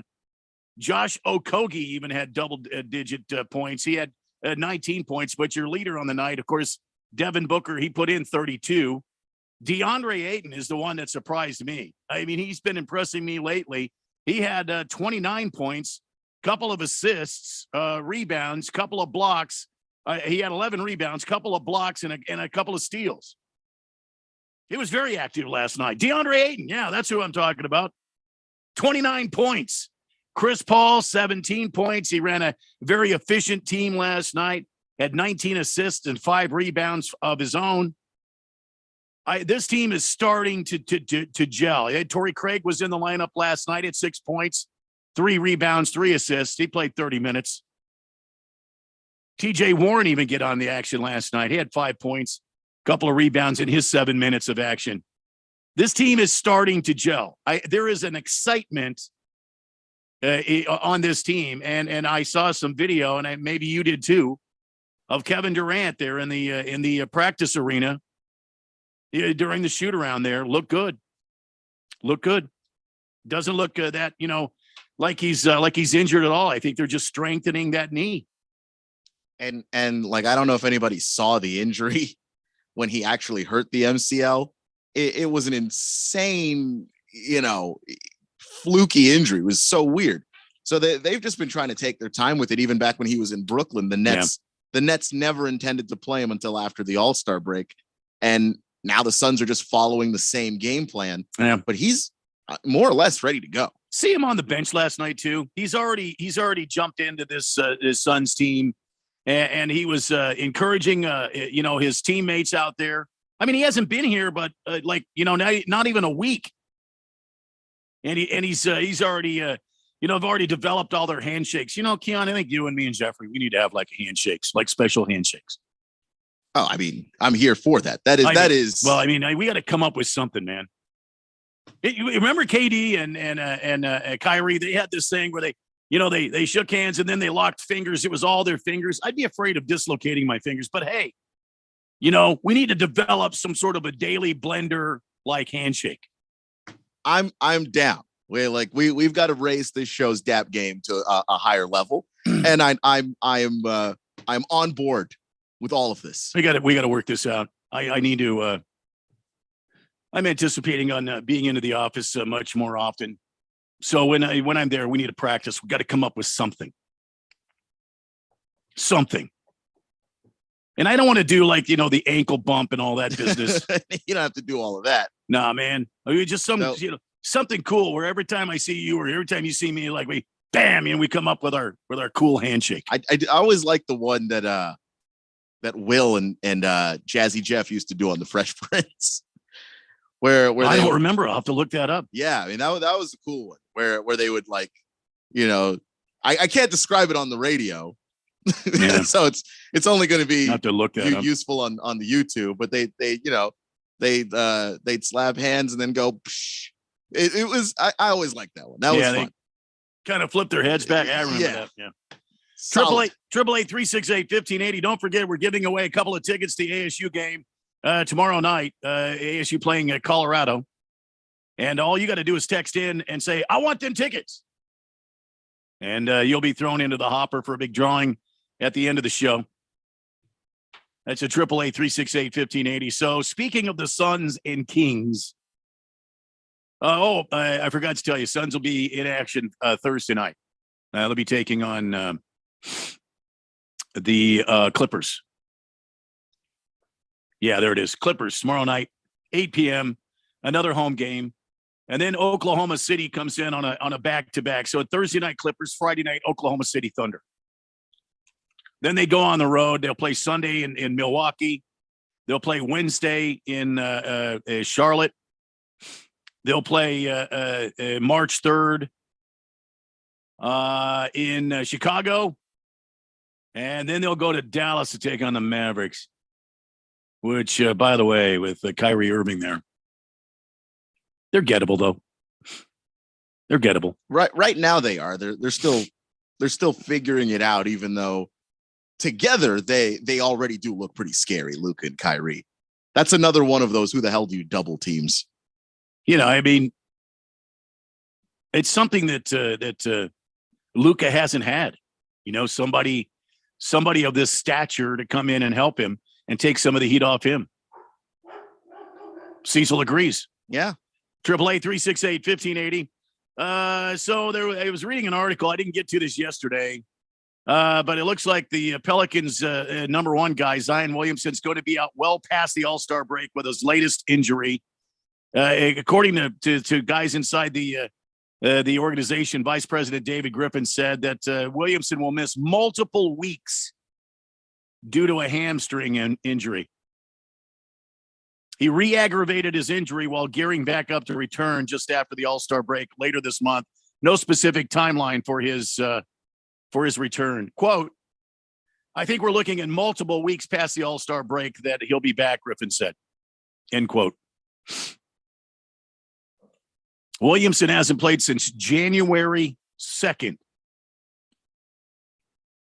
when he was he was pushing the ball up the court against the 76ers and he pulled the hammy. Although he's been he's missed a majority of the games that he's been in the league for, he somehow was voted as a starter for the 2023 All-Star game. Of course, he's not going to play that, not going to be there. Yeah, I think he earned enough votes from while he was playing And, it's a kind of popularity contest type deal. So, and of course you can vote multiple times. So while he was playing, it was like, damn, if this guy can stay healthy. If he can stay healthy. Mm-hmm. I mean, AD, Anthony Davis, same thing. If he can stay healthy, he's a dominant player. And I feel bad because I think Zion really worked hard this past offseason, and he came in and he was looking great. Yeah. I mean, he dropped some weight. He put on some muscle. The baby fat wasn't there. Yeah. I mean, he looked really, really good. But here we go again. January 2nd, the last time that he played for his team this season. And it looks like he's going to be out well into March. This is a hamstring. He may not make it back in time for the playoffs. I'm just saying. You hope he can, if you're them, obviously, but there's no guarantee there, especially when you consider how he plays. Zion is Jeffrey always describes JJ Watt as a guy that there's no 95% JJ Watt. It's like 100% or there's not anything there. Zion is very similar to that. It's all go with Zion. So there's no, let me pace myself. Let me take my time. When he's out there playing, it's 100% and it stinks. Well, I mean, I get that, but you can't do that if you're injury prone like he is. But he doesn't know how to stop that. Like, that's the only way he knows how to play basketball. And if you tried to get him to stop, first off, I don't know if you could. But secondly, I don't think you'd have Zion. You'd have a different guy. You'd have a worse guy. So I don't know what you do. I think they're trying to give him as much rehab time as they can. And, from what I have read, he's working his butt off to try and make it happen. But when you play the game a certain way, especially for him, because he's not the tallest person, but he's stocky. And so he does carry a lot of weight. When you start to talk about a guy that's his weight and you're injuring a foot, you're injuring a hamstring, you're injuring a leg, like a lot of these injuries, when you look at Zion, it's not him breaking a finger. It's all lower leg injuries. Well, yeah, but I mean, LeBron is a big dude too. He plays big. He plays big. LeBron's a freak though. Well, so is Giannis. Like, some of these guys are just like, so is Zion, but like, we haven't seen a person as durable as LeBron ever. LeBron just doesn't get hurt. And I don't know what the difference is there. Come on. He is, but he's in year 20 something. By the time we started knowing LeBron to get hurt, LeBron had played 2 decades in the league without being that guy that got hurt. So I don't know. Part of it too is LeBron spends notoriously over $1 million on his body. Like, that's just what he's known for. But I don't know if Zion's got that similar thing going on. I have no idea. But like, he's a human being, and he's great. I just feel like with all the hype and all the pomp and circumstance and all the the draft night and all of the excitement and all the offseason, how they talk about Zion and how he's going to be a huge impact this year. And it seems like to me, he comes into the season, he plays for a bit, everybody gets all sweaty and hot and bothered because he's out on the field or out on the court, and then bam, all of a sudden he's hurt again, and it's like it's an elongated, vacation for him. Yeah. And I don't mean vacation, but you know what I'm saying. It's time off the court, time out of action for him to rehab and recuperate. I agree. But with the hype stuff, I think that's just a lot of basketball people. And I think I'm one of them. You root for him. You really want to see, because if you watched him at Duke, it was incredible. You want to see this guy really succeed because he's not a bad dude. He is a good teammate. I don't think he's a dude. I don't think he's a bad dude at all. Yeah, and I'm not saying you were saying that, but like there's so many things about him that make you want to root for him, that when you see that he's healthy, I think obviously, a lot of basketball fans, myself included, maybe go a little overboard with the hype train on him, because you just want to see it. And you'd love for everybody else to get the chance to see it too. Like, this dude's awesome when he's out there. You just wish he could be out there. 888-368-1580. Let me know what you think. Here's the question for you. Is Zion the biggest bust in NBA history? And I hate saying it, but I mean, come on. What, 3 years? He's been in now? 3 seasons? Mm-hmm. And he's missed more games than he's played. To me, that says bust all over it. Yeah, he's definitely on that train. For the money that they have put out for him, he's been more in rehab than he has been in game action. And they picked up his extension too. Like that's the part. Like And when that it kills me. was initially the rookie deal, you could kind of get out of it. But now that they've given him the extension, and part of it is how do you not? Like if you're them, it's hard to attract free agents to New Orleans, as is. So you draft a guy that's that good. You can't let him walk and have him, be great somewhere else. So you take the risk, and obviously it's not working out. So is Zion a bust? I mean, he is in bust territory right now. I still think there's some time for him to get out of that. But right now he's in that territory. Is he the biggest bust in draft history? I don't think he's there yet. I don't think it's close yet. There's so many people who have been disappointing for various reasons. Injury, not injury. Sometimes it's been work ethic. I wouldn't put Zion in that territory just yet. Boy, I am. Really? Oh yeah. You'd put him above Greg Oden? Oh yeah. Oden played less. Yeah, well, but he didn't play as long either. I mean, they had enough. Justin on the text line at 888-368-50. Greg Oden is the biggest bust. I don't know. Greg Oden played less, and I don't know, Justin. He did less. Like we have games from Zion at least. Greg Oden played less than Zion ever did, and he was a number 2 pick behind Kevin Durant. They've got to do something to help this guy out. Otherwise, he's going to destroy himself, and he's never going to be useful to this team. He's never going to be able to achieve the goal of winning a championship. They've got to figure out a way. He hasn't played since January 2nd. This is February 15th. And it's not a load management thing with him. He's like just legitimately hurt all the time. And when he gets hurt and he starts to rehab and get back into shape to play, how often has he been re-injured? I can't count that. I don't know that off the top of my head, but this last time was very discouraging. But would I put him as a bigger bust than Kwame Brown? No. I really, in my head, I just can't do it. Waldo says Greg Oden is clearly the biggest bust of all time. CK, Oden is by far the bigger bust. Well, I still don't think Oden is the bigger bust. To me, the biggest bust in NBA draft history is Darko Milicic, because he came out of nowhere. He had all of this hype. He was the number 2 overall pick in his draft behind LeBron James. He was drafted before Chris Paul. He was drafted before Carmelo Anthony, and washed out of the league. And with Darko, there was no injury. He just didn't try.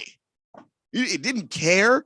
I know part of it was he was a really young guy from Europe back when we weren't really treating the European players that well. He was, homesick, all that stuff, got into drugs and a bunch of other things. But that's my point, is that it wasn't injury reasons. It wasn't basketball reasons that Darko couldn't play. Like Darko couldn't play because Darko mentally just didn't have what it took. And to me, that makes him the biggest draft bust, and it's not even close. Personally. Greg Oden's contract, it says here in 6 seasons, he made $24,066,185. That was Greg Oden's contract. Now let's compare that with what Zion is making. I think with Zion, I don't know that because I know they've changed the kind of structure of the. Well, let me tell you, it could rise to $231 million.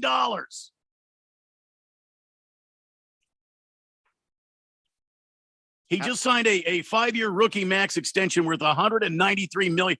Remember, Greg Oden, $26 million.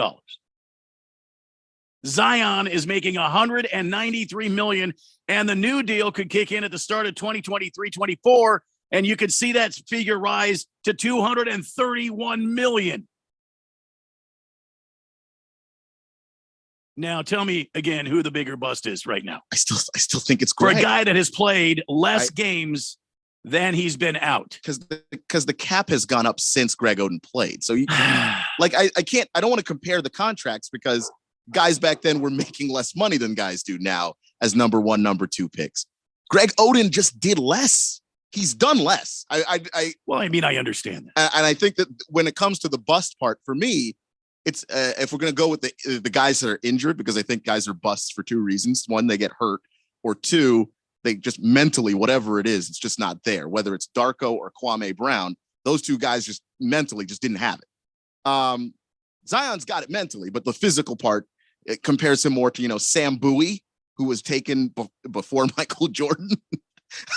I would have to think has to be a bigger bust than Zion. And again, Bowie, not his fault.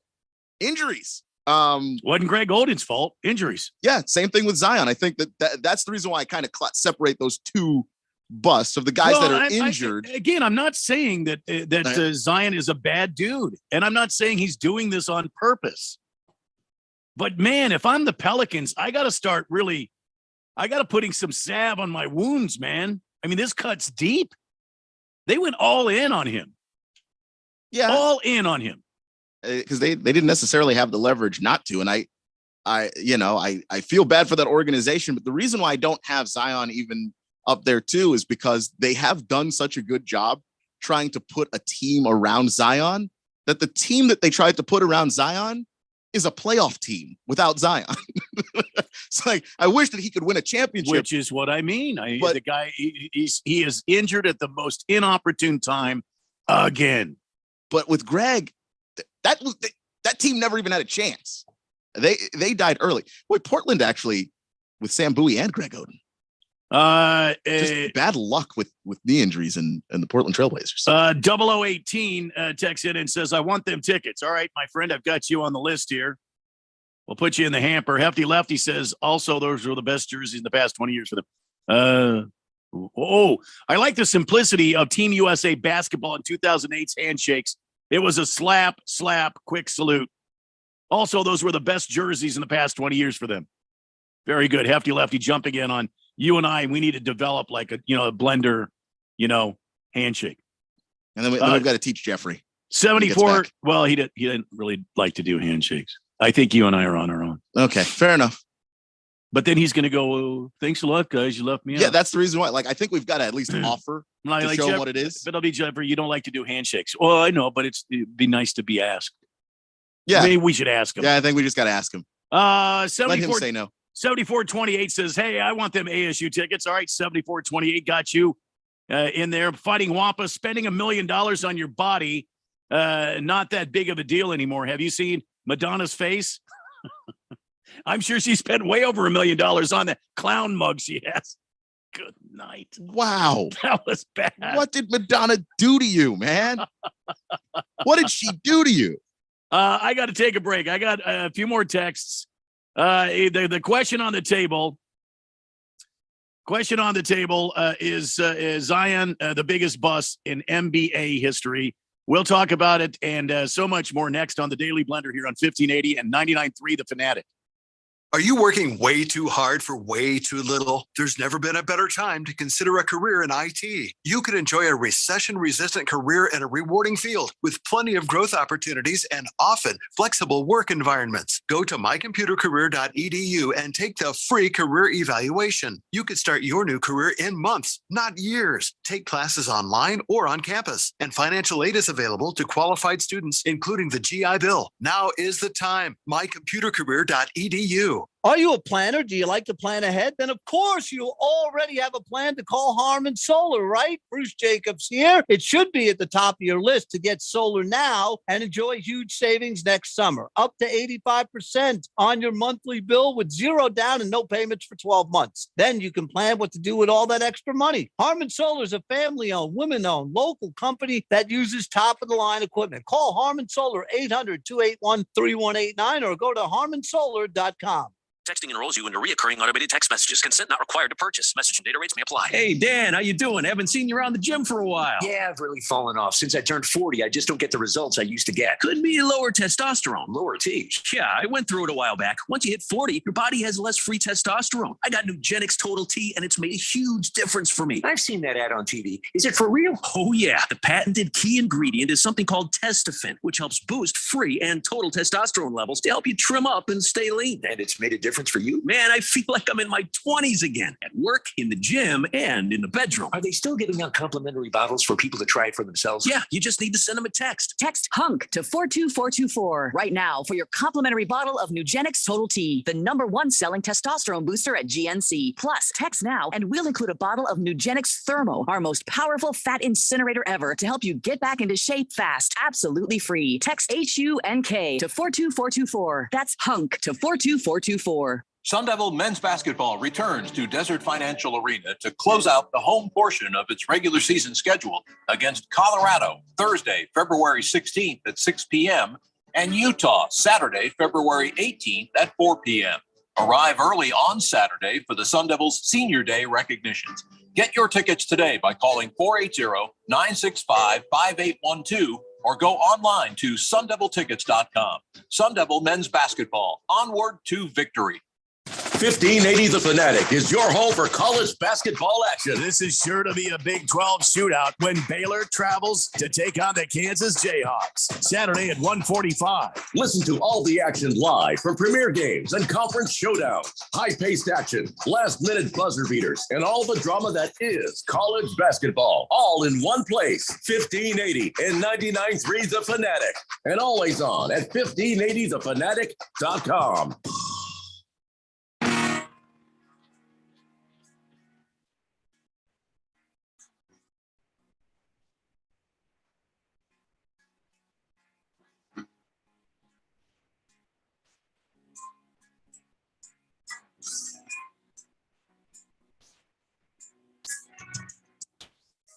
Welcome back to the Daily Blender here on 1580 and 99.3 The Fanatic. So much going on. Text line humming along here.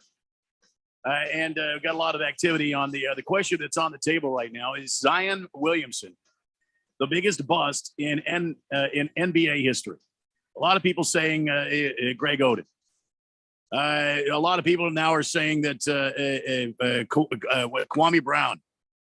I mean, Kwame Brown, I was in D.C. when they drafted Kwame Brown, and we were so excited about that dude. Yeah. Until he plays. Yeah. And MJ picked him, right? I mean, MJ picked him and picked the guy. and then left being the GM to play alongside him. Yeah. And of course, I think part of his struggles also had to do with MJ. Like, I think MJ broke the guy a little bit, but that's part of the mentality. If you didn't have it to play with Michael Jordan, like at some point there was going to be a limit to what you could do. Also, we're giving away, Keon and myself are giving away a couple of ASU basketball tickets for tomorrow night, ASU versus Colorado out at the bank. To win those tickets, all you got to do is simply text in at 888-368-1580. I want them tickets, just like Santa's #1 helper. I want some tickets. You got it?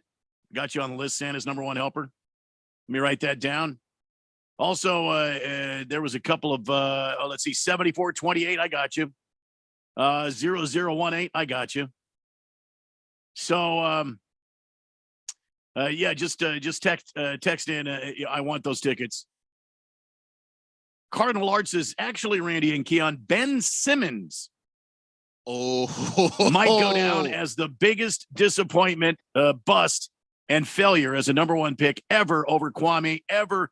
Pour me out one, Randy. Thank you. That's another good one.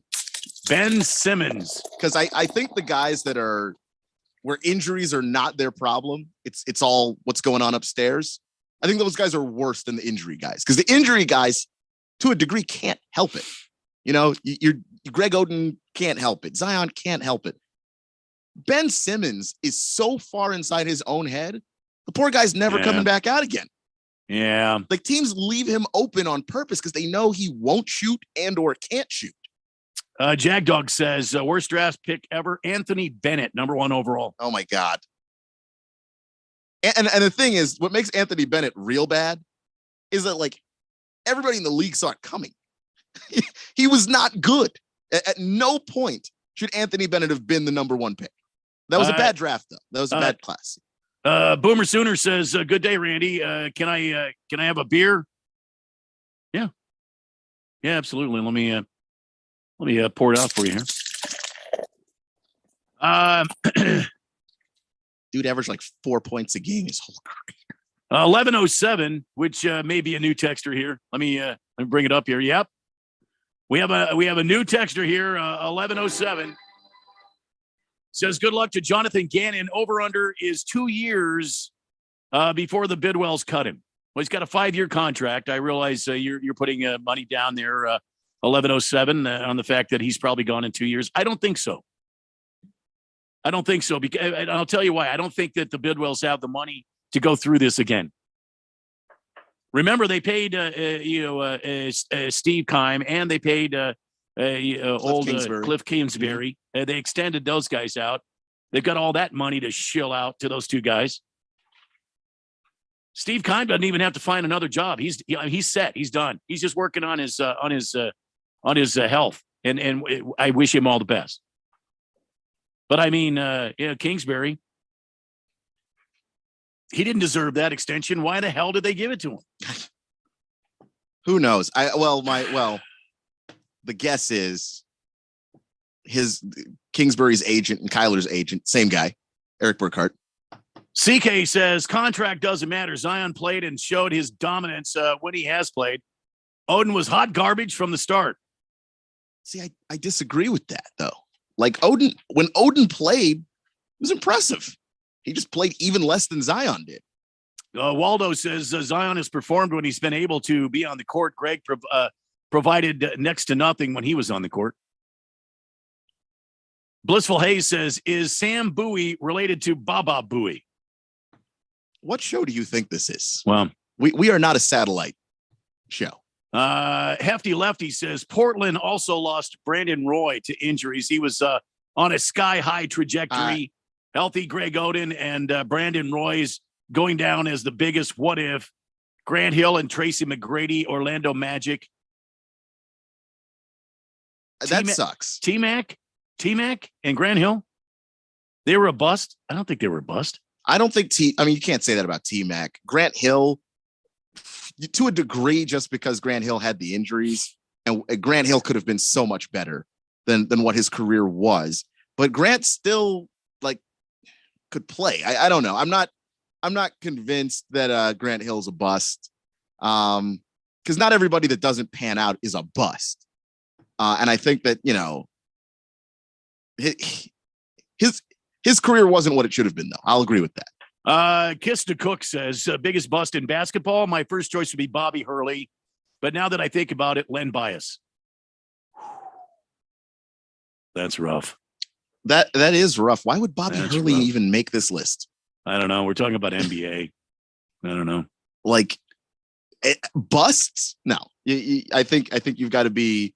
There's got to be an expectation that I think you're going to turn a franchise around, and then for whatever reason, you're just not capable of doing it. The Len Bias one. Len Bias never even got to play, so I don't even know that I'm going to count Len Bias.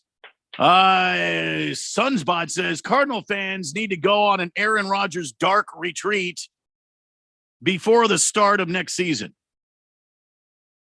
Why? Now, wait a minute. Maybe. Oh, we're entertaining it. Well, why not? I mean, apparently you go into this dark retreat. There's no phones, there's no radios, there's no televisions, there's no outside stimulus of any type. You're supposed to be in there and just, you're in this darkness. There's no visual stimulation, and you're able to get in touch with your thoughts and and have these great revelations. Can you imagine if we all did that and we had these great revelations, we'd all come out of there just enlightened. You know what I'm saying? Though I would like to skip the part where you take intensely powerful psychedelics. Well, there's that. He's taking DMT while he's in there. And I've never taken the DMT. I don't plan on it because from what I understand. I thought the DMT was in I thought that was in Korea. The DMT? No, that's DMZ. Oh, demilitarized zone there. That's a different. Pardon me. I don't remember what DMT stands for because it's a very long word. But the point is, it's an incredibly powerful psychedelic, and it's got the potential to really do some insane things to your brain. You will see things that are not there. I don't know if I'm interested in all that. No, I don't want to do that. That's a step too far for me. Never mind. Sunsbot, never mind. Bad idea. Santa's number one helper says Markelle Fultz is up there. Markelle Fultz. Sort of, right? Like, because Markelle Fultz is a dude that got there and then he injured his shoulder. And I think the reason why I don't have Markelle Fultz in the same category as everybody else is the team screwed him up. He injured his shoulder and then he was trying to rehab and they kind of left him to his own devices in rehab and he screwed up his shooting motion. And so he couldn't shoot when he came back. Like he messed up his shot so badly. And actually, he's doing all right in Orlando. I think he's still in Orlando. That was the last place I saw him anyway. And he was doing all right because they fixed his shot, which was completely broken because the team let him rehab himself. Fourth Dimension on fire this afternoon. Just on damn fire. Straight fire. Here we go.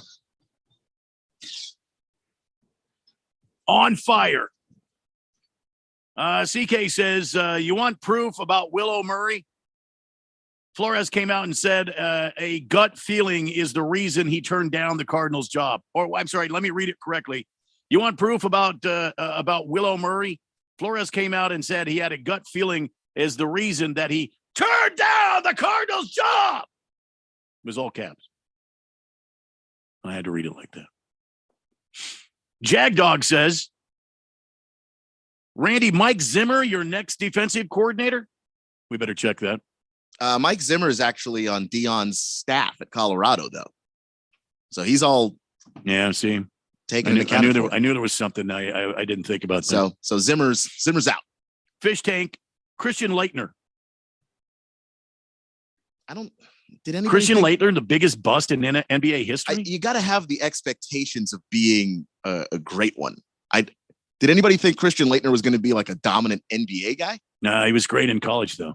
Fantastic, and also the most hated guy ever because he was fantastic in college. Yeah. But I don't think anybody thought, Christian Laettner is going to be drafted and he's going to turn this team around. Cardinal Art, for some reason, texted in, never nervous Purvis Ellison and Joe Smith didn't make any sense. It's a full moon again. Did somebody tell me it's full moon? Well, no, hold on. There might be something to the Laettner thing. He was taken third. I didn't realize he went that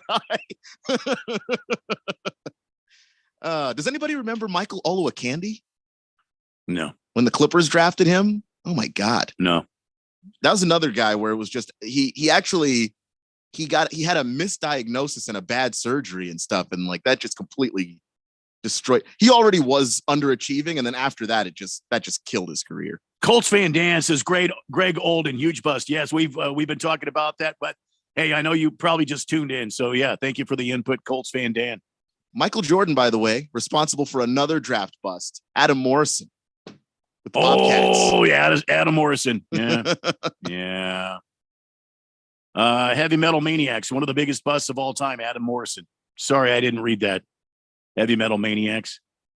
Good call. Let's see. Kiss to Cook says Rod Foster stunk. I have to read it again. Rod Foster stunk. All caps. And CK says Harold Miner was a bust if you consider he was dubbed as Baby Jordan. Harold Miner? Baby Jordan? I don't remember that. I did hear about that. I didn't like watch it or anything, but there was because there's a list of guys that people kept trying to make the next Jordan. Harold Miner was one.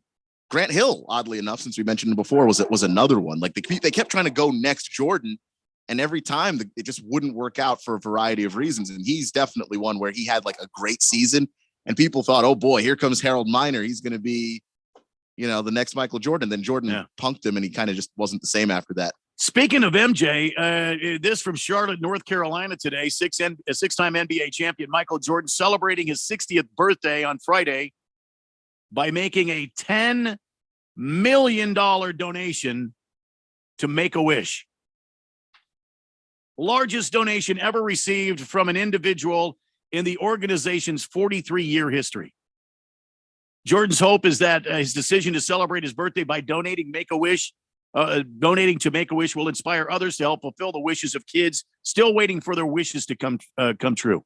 When I was doing TV, I did a story on the Arizona Make-A-Wish. It is an amazing organization, an absolute amazing organization.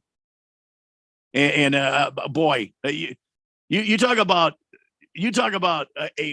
this is a clutch move right here by Michael Jordan. Yeah, I mean, you could go with your Children's Cancer Society. You could go through any number of charities, but he chose Make-A-Wish, and I think this is moving me because the Make-A-Wish the people that go through Make-A-Wish, the kids that go through Make-A-Wish, that's it for them. A majority of Make-A-Wish recipients, that's all they have. And Make-A-Wish has worked tirelessly to fulfill wishes, everything from being an airline pilot to playing on a professional sports team. And they go all out, man. They cover all the costs for not only the recipient of the wish, but their family that goes along with them. And I don't mean just mom or just dad. I mean the brothers and sisters and both parents. And I think that's cool because you have those memories like after the kid is gone. And that's a thing that's hard to think about, hard to talk about. Oh, yeah. If you've ever had any kids in your life, just thinking about that is already it'll break you up. But then at least those families have the memories of like, you know what? I actually got to see, my son have the happiest day of their life, because that's the tragic part of having a terminal illness as a child is the best days that were supposed to be in front of you just aren't there anymore. So that's big for Michael Jordan. Michael Jordan has been involved with Make-A-Wish for over 34 years. And he said, quote, "It's been an honor to partner with Make-A-Wish and help bring a smile and happiness to so many kids. Witnessing their strength and resilience through such a tough time in their lives has truly been an inspiration." Of course, Jordan is turning 60, and he is giving $10 million to Make-A-Wish. Congratulations, Michael Jordan. What a brilliant move on your part, my friend. All right, when we come back, we got more to talk about. Some news from the association. Keon's Wizards here. They're making a sort of a run here. We'll talk about it next on the Daily Blender here on 1580 and 99.3 The Fanatic. Cashback is not available on gas in New Jersey and Wisconsin. Susan, it's so great to finally be able to get together again. Oh, it sure is. And I really appreciate you picking up the bill. I'm happy to. I've got the extra cash. Since we've all been driving so much more again, I've been using Upside, the free app that pays you cash back for every gallon of gas you buy. Wait a minute. Are you saying you actually get paid cash when you buy gas with the Upside app? Yes, I get real cash back just for buying the gas I was going to buy anyway. But is it a hassle to use? No, it's super fast and easy, and I can cash out whenever I want. That's a total no-brainer. I'm downloading the free Upside app now. Download the free Upside app now to earn real cash back every time you buy gas. Use promo code HEAT for an extra 25 cents a gallon bonus on your first tank. That's promo code HEAT. You can cash out anytime right to your bank account, to PayPal, or an e-gift card for Amazon and other brands. Just download the free Upside app and use promo code HEAT for a 25 cents a gallon bonus on your first tank. That's code HEAT. First, we decide where we want to go. Then we need to know the best way to get there. Hi, my name's Adam Barada. I'm the owner of Advantage Gold. We're the highest rated precious metals firm in the country. We teach people how to own physical gold and silver. Now, we've won the Best of TrustLink Award 4 years in a row because we educate our clients on how to buy gold and silver the right way. We don't pay celebrity spokespeople millions of dollars. We'd rather pass that value on to you. Call 800-900-8000 and speak with one of our experts. We'll send you a free gold kit along with my latest #1 national best-selling book, The Great Devaluation. Call 800-900-8000. That's 800-900-8000. Get the best information, the best process, the best service, the best value. Call Advantage Gold at 800-900-8000. Call 800-900-8000. Advantage Gold is not an investment advisor or a tax advisor. Consult with your financial advisor before investing. What's for dinner? Burgers? After last week, no thanks. Avoiding foods due to fear of diarrhea, gas, bloating, stomach pain, or loose, oily stools? It may not be just stomach issues. It could be EPI, or exocrine pancreatic insufficiency. EPI can cause uncomfortable symptoms because it's a condition where the pancreas doesn't release enough digestive enzymes to break down food. But EPI can be managed. Use the symptom checker on identifyepi.com and talk to your doctor about your symptoms. That's identifyepi.com. Sponsored by AbbVie. If you're age 62 or older and own a home, this message is for you. Reverse Rob here, Money Radio's expert on reverse mortgages. Learn how to tap the equity in your home and increase the quality of your life by earning tax-free income while protecting your other retirement assets. Join us for our free Second Saturdays webinar every month to learn more. This is not too good to be true. All you need to do is reverse your thinking. Call me today, Reverse Rob, to learn more at 602-REVERSE. That's 602-738-3773, or download my app by searching Retire Right with Reverse Rob. So, what's your favorite thing about sports? The excitement, the action, or the 5-meat pizza and the six-pack? Bingo. That's what we thought. 1580 and 99.3 The Fanatic, and always on at 1580thefanatic.com.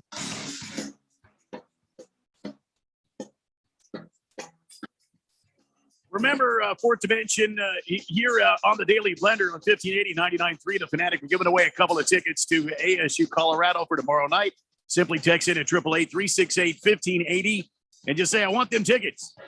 And I'll put you in the list. We've got a handful here from the 3 o'clock hour and now the 4 o'clock hour. And Santa's number one helper, I got you. 0018, I got you. 7428, I got you. So you can text in too and have your chance at winning these tickets from the Daily Blender at 1580 and 99.3 The Fanatic. Speaking of winning, the NBA season here and now is the perfect time to download FanDuel, America's #1 sportsbook, because new customers get a no-sweat first bet up to $1,000.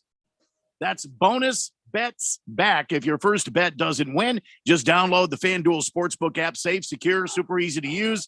And Cecil the Wonder Dog, he likes it. He uses it all the time, making his bets. You can bet on everything from the money line to point scores to threes drained, whatever. You talk about a game last night the Suns were in. I mean, he had a book that went over 30 points again. You know, maybe a hot bet right now, if you're betting the Suns, might be a DeAndre Ayton over-under on scoring. You could do that on the FanDuel Sportsbook app. FanDuel even lets you combine your bets for a bigger payout with a same-game parlay. And if you can't make your own up, they have them available for you right there on the app. It's real easy to sign up. It's real easy to set up, and it's real easy to start winning. And when you win, you get paid, immediately. You get paid quickly. Don't miss your chance to get your no-sweat first bet up to $1,000 in bonus bets when you go to FanDuel.com/Randy1580. That's FanDuel.com /Randy1580 to learn more. Make every moment more with FanDuel, the official sports betting part of the NBA, 21 and older.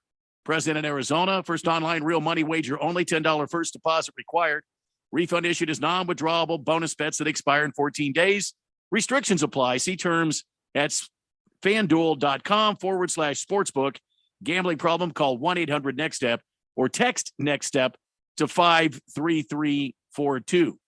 Let's go to the text line. 8259. I see you. 8259 wants those tickets. Justin says another one that was a big NBA bust. Darko Milicic. Darko Milicic has to be so far up this list because injuries didn't derail Darko. Darko derailed Darko, and people should have serious questions about why he was drafted ahead of Chris Paul and Carmelo Anthony. Yeah. Well, he was really young, wasn't he? He was really young, and he came out of nowhere. This isn't one of those things where, you've got a dude like Luka, and everybody saw Luka playing in Europe and just went, yeah, that guy's going to be awesome when he gets here. Yeah. Darko wasn't on anybody's radar, and then all of a sudden, Darko has this secret workout nobody else sees but some general managers and Chad Ford, the ESPN writer for whatever reason. And then Chad Ford starts writing all these articles about how great Darko is. And Joe Dumars, who was the GM of the Pistons at the time, was like, yeah, we got to get Darko. I mean, that workout is the greatest thing I've ever seen. And based on one workout, they drafted Darko Milicic. It's insane. 888-368-1580. Speaking of insane, the hell's going on with your Wizards? They've been on a bit of a tear here. 9 wins in 13 games.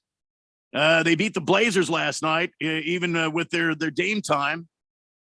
126-101 last night. And your guy came back, Kyle Kuzma. He returned.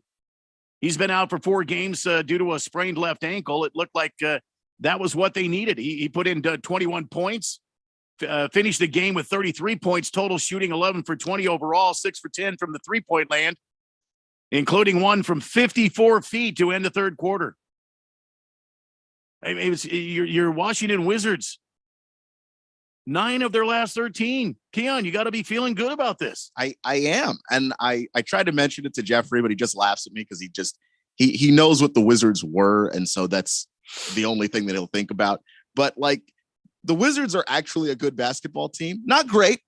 And they'll probably show up in the playoffs and get bounced out of the first round or whatever. And that'll be what it is. But when Kuzma is healthy, Beal is healthy, and Porzingis is healthy, with just giant ifs because they don't seem to be healthy at the same time together. Yeah, but when they're all healthy, that's a good basketball team. That's a quality basketball team. And for me, I know that this isn't going to get them a championship. That's just not the team that they are. And it also means the way they're playing, they're not going to get a high draft pick either. But I'd rather watch my team compete on a nightly basis, be good, knock off good teams, than have a team that's trying to tank to get a top draft pick. Yeah. I like this team. That was last night was Porzingis' 33rd game of the season, in which he scored 20 points or more. His line last night was at 28 points, 12 rebounds, 5 assists, went 10 for 15 from the field, 7 for 7 from the line. And really, I mean, him along with Kuzma, Portland just had no answer. I feel bad for Dame Lillard. I feel bad for him because I feel like a couple of seasons ago, they had the opportunity to really surround him with some talent, and they didn't pull the trigger. And now it's just Dame Lillard. And they've had to reboot the team, and they just don't have anybody to reboot with. And it sucks because Dame Lillard is one of the most loyal guys in basketball. He's one of the guys that's like, no, I'm not going to go play with my friends. I'm not going to go join a super team somewhere. The city of Portland has been good to me, and I want to be good to that city. And he hasn't been rewarded for it. Like, if you want to know why these guys always move around and join up, it's because the reward for sticking in one city, Beal's kind of another guy, stayed in Washington. And at least they've made some moves where they did get some guys who are injury prone to put around him, but they at least put guys around him. I think in Portland, the reward for staying there is they're kind of stuck. They're too good to draft high, but they're not bad at, they're too good to draft high, but they're not good enough to get in the playoffs. 888-368-1580. So your Wizards, they're hot. And they've got Kyle Kuzma back. It'll be interesting to see what they keep doing. I'm pulling for you guys, man. Meanwhile, the other LA team, the Clippers, they're getting hot at the right time. They just beat the Warriors. I mean, that's not a big deal. The Warriors at home have been a tough win, but on the road, I mean, they for whatever reason, Golden State is just horrible. And no Steph. No Steph. No Wiggins. Yeah. But they did put up 124 points last night. Unfortunately, the Clippers put up 134. Kawhi Leonard making the way for the Clippers to win, leading the charge, as it were. You think Kawhi's 100%? I think that Kawhi is as close to 100% as he's ever going to be again. He's just at this point where he's had so many injuries. I watch Kawhi play and the defensive instincts aren't there. Yeah. Or are there, but the pop that he used to have, that burst that he could move with, that's not there anymore. Yeah. And I don't think that's coming back. and there's a reason why, he misses a lot of games too. It's just, he's just got all these nagging injuries that over time he's built up. And so I don't think we're going to ever see 100% Kawhi, but if we get 80% Kawhi, that's still a really scary dude. And Paul George is right alongside as his wingman. And I just think that that's a combination of players that plays really well together. Kawhi had 33 last night. He was 100% from the free throw line. Paul George was 100% from the free throw line as well. And, playoff Paul, he dropped in 20 points. And Norman Powell had 24 points for the Clips. Ivica Zubac, he had 10 points. Zubac, I don't know. I don't know. I think the thing too was the move that they made to go get Norm Powell just boost their bench to this insane level. Yeah. I think you're right. I think the Clippers are a team maybe to keep your eyes on as we head down the stretch here. After the All-Star break, there'll be something like 20 games left in the season. Which, by the way, who organized the All-Star game to be so late? Isn't the All-Star break supposed to be a mid-season break? Yes, but in the NBA, it's not. And I think it kind of works for the NBA because the playoffs are so long that, you end up kind of in the midway point of all the basketball you will ultimately be watching, even if it's not the midway point of the regular season. Meanwhile, there's a little drama starting to happen with Kyrie Irving and the Dallas Mavericks. Kyrie Irving doesn't want to talk about a contract extension. It puts unwarranted distractions on us, end quote. Oh, so now he doesn't want to be a distraction. He had no problem with it before. Well, it's about the team or media distracting him. It's not about him being a distraction. Oh, of course. It puts unwarranted distractions on us. But I can walk off and say whatever I want to and be a distraction to the team. But I don't want to talk about a contract because it's unwarranted distractions. As opposed to promoting an anti-Semitic movie, which isn't an unwarranted distraction at all. Irving, due to be a free agent in the upcoming offseason, he's eligible to sign a 2-year, $83 million extension during the season. Or a 4-year, $220.6 million deal in free agency. He could re-sign with Dallas for up to $272 million over 5 years. Wow. Wow. But he doesn't want to talk about it during the season. No, not at all. Very focused, very busy. Well, I guess better this than the thing that he did in Boston when that one kid asked him if he was staying, and he said, "I'd love to stay." And then, of course, just immediately left in the offseason because he's Kyrie. So, you know what's going to happen there in Dallas? The media is going to chase him around and ask him about his extension. They're just going to wear him out. The Dallas media is tenacious, man. Like, you got to. They're going to wear. Hey, Kyrie, what about that? What about that contract? You're going to sign a contract. He's going to get angry. Kyrie wants to live and play in a big city. Yeah. But he doesn't have the personality for handling big city media. Yeah, it's going to be fun to watch this, especially down the stretch here. I fear the Dallas Mavericks if Irving and Luka get it together. Well, the music says that's 2 hours down. We got one to go here on the Daily Blender. We've got so much more to talk about. Some Coyotes news coming up next hour. Also, Calvin Ridley, he wants to get back into football. You think that's going to happen? We'll talk about it right around the corner here on the Daily Blender on 1580 and 99.3 The Fanatic. One trip down Scottsdale Road, and it's obvious. Snowbird season is here. You know what else is on Scottsdale Road? The absolute best restaurant to take your out-of-town friends and family to. Kasai Japanese Steakhouse. No one does it better than Kasai, where talented teppanyaki chefs create the food, the fire, and the fun of teppanyaki. Kasai Japanese Steakhouse is dinnertainment at its best, where a delicious 7-course meal prepared right at your table with flair. It's a perfect choice for any occasion. Choose from over 50 different items and combinations of teppanyaki, Looking for great dining without a show? Well, Kasai offers an awesome selection of Asian-inspired dishes and tasty sushi. Happy hour deals daily till 6 p.m. and enjoy the outdoor dining on the heated patio. So whether you're here for the open, the big game, or just the great Arizona sunshine, don't just take your guests to dinner. Take them to Kasai Japanese Steakhouse for dinnertainment. Visit KasaiScottsdale.com. That's KASAI Scottsdale.com. Or call 480-607-1114.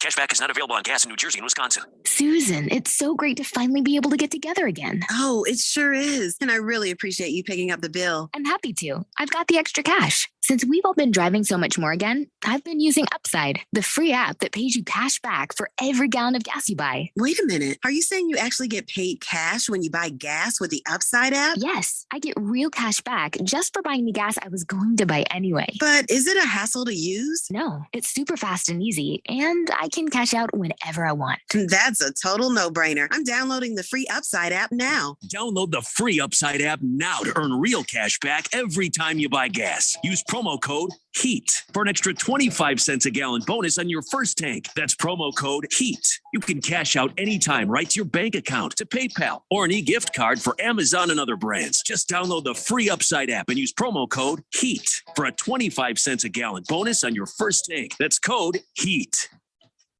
When it comes to covering the high school sports scene in Arizona, AZ Preps 365 has all the answers. Every Saturday morning from 8 until 10, they break down games, interview the newsmakers, talk with coaches from around the state, and stay up to date with what's happening with prep athletes and breaking news from the Arizona prep scene. It's AZ Preps 365, 8 till 10 Saturday mornings on 1580 and 99.3 The Fanatic, and always on at 1580thefanatic.com.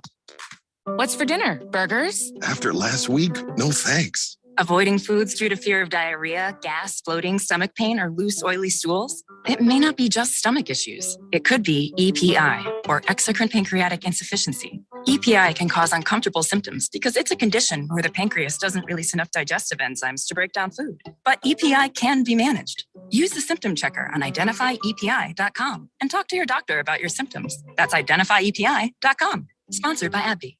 KQFN Tempe. Also transmitting on K25CD Phoenix at 99.3 FM.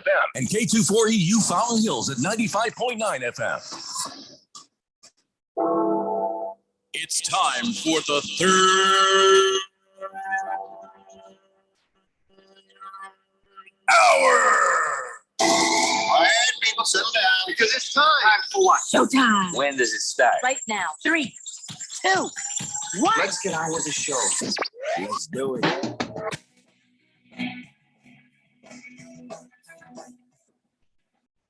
And welcome everybody to the hour number 3 of the Daily Blender on this February 15th on 1580 and 99.3 The Fanatic, as we broadcast live from the Harmon Solar Studios from the CRC Broadcasting Megaplex in beautiful uptown Scottsdale.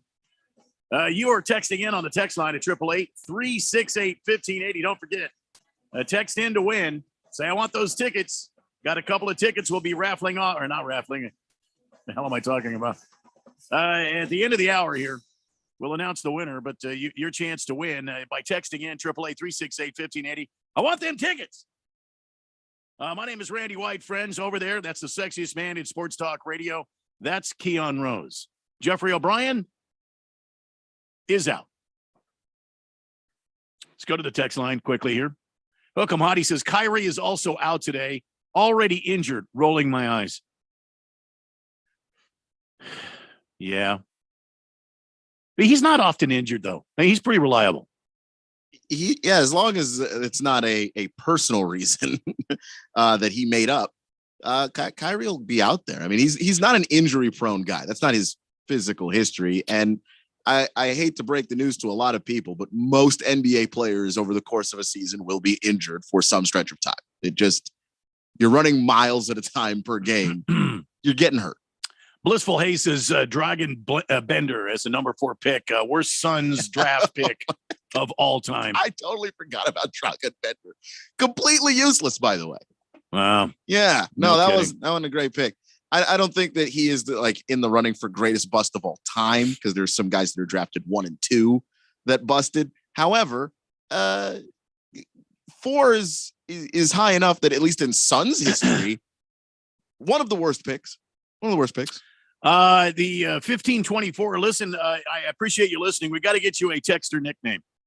This is the only time in your life, Jeffrey likes to say, that you can make up your own nickname. Usually your friends or your frenemies make up funny names for you. This is your chance to make up your own nickname. And if you can't make up your own nickname, we may have a list here that yours truly made up with some suggestions. But the list that I made up is not just exclusively from me. The Fourth Dimension has given many inputs on names. So we can help you out if you need that. Just let me know. 1524. Let me know if you need help with a nickname. Keon could name you as well. Tell us a little about yourself, and maybe we can help you out if you want us to make the nickname up for you. I prefer you do it because, my nicknames are like Crooked Teeth, Doorknobs, Fuzzy Navel, things like that. Jagdog said, Dragon Bender, center, Phoenix Suns, number 4 pick. Josh Jackson, forward, Phoenix Suns, number 4 pick. Yeah, Josh Jackson wasn't good either.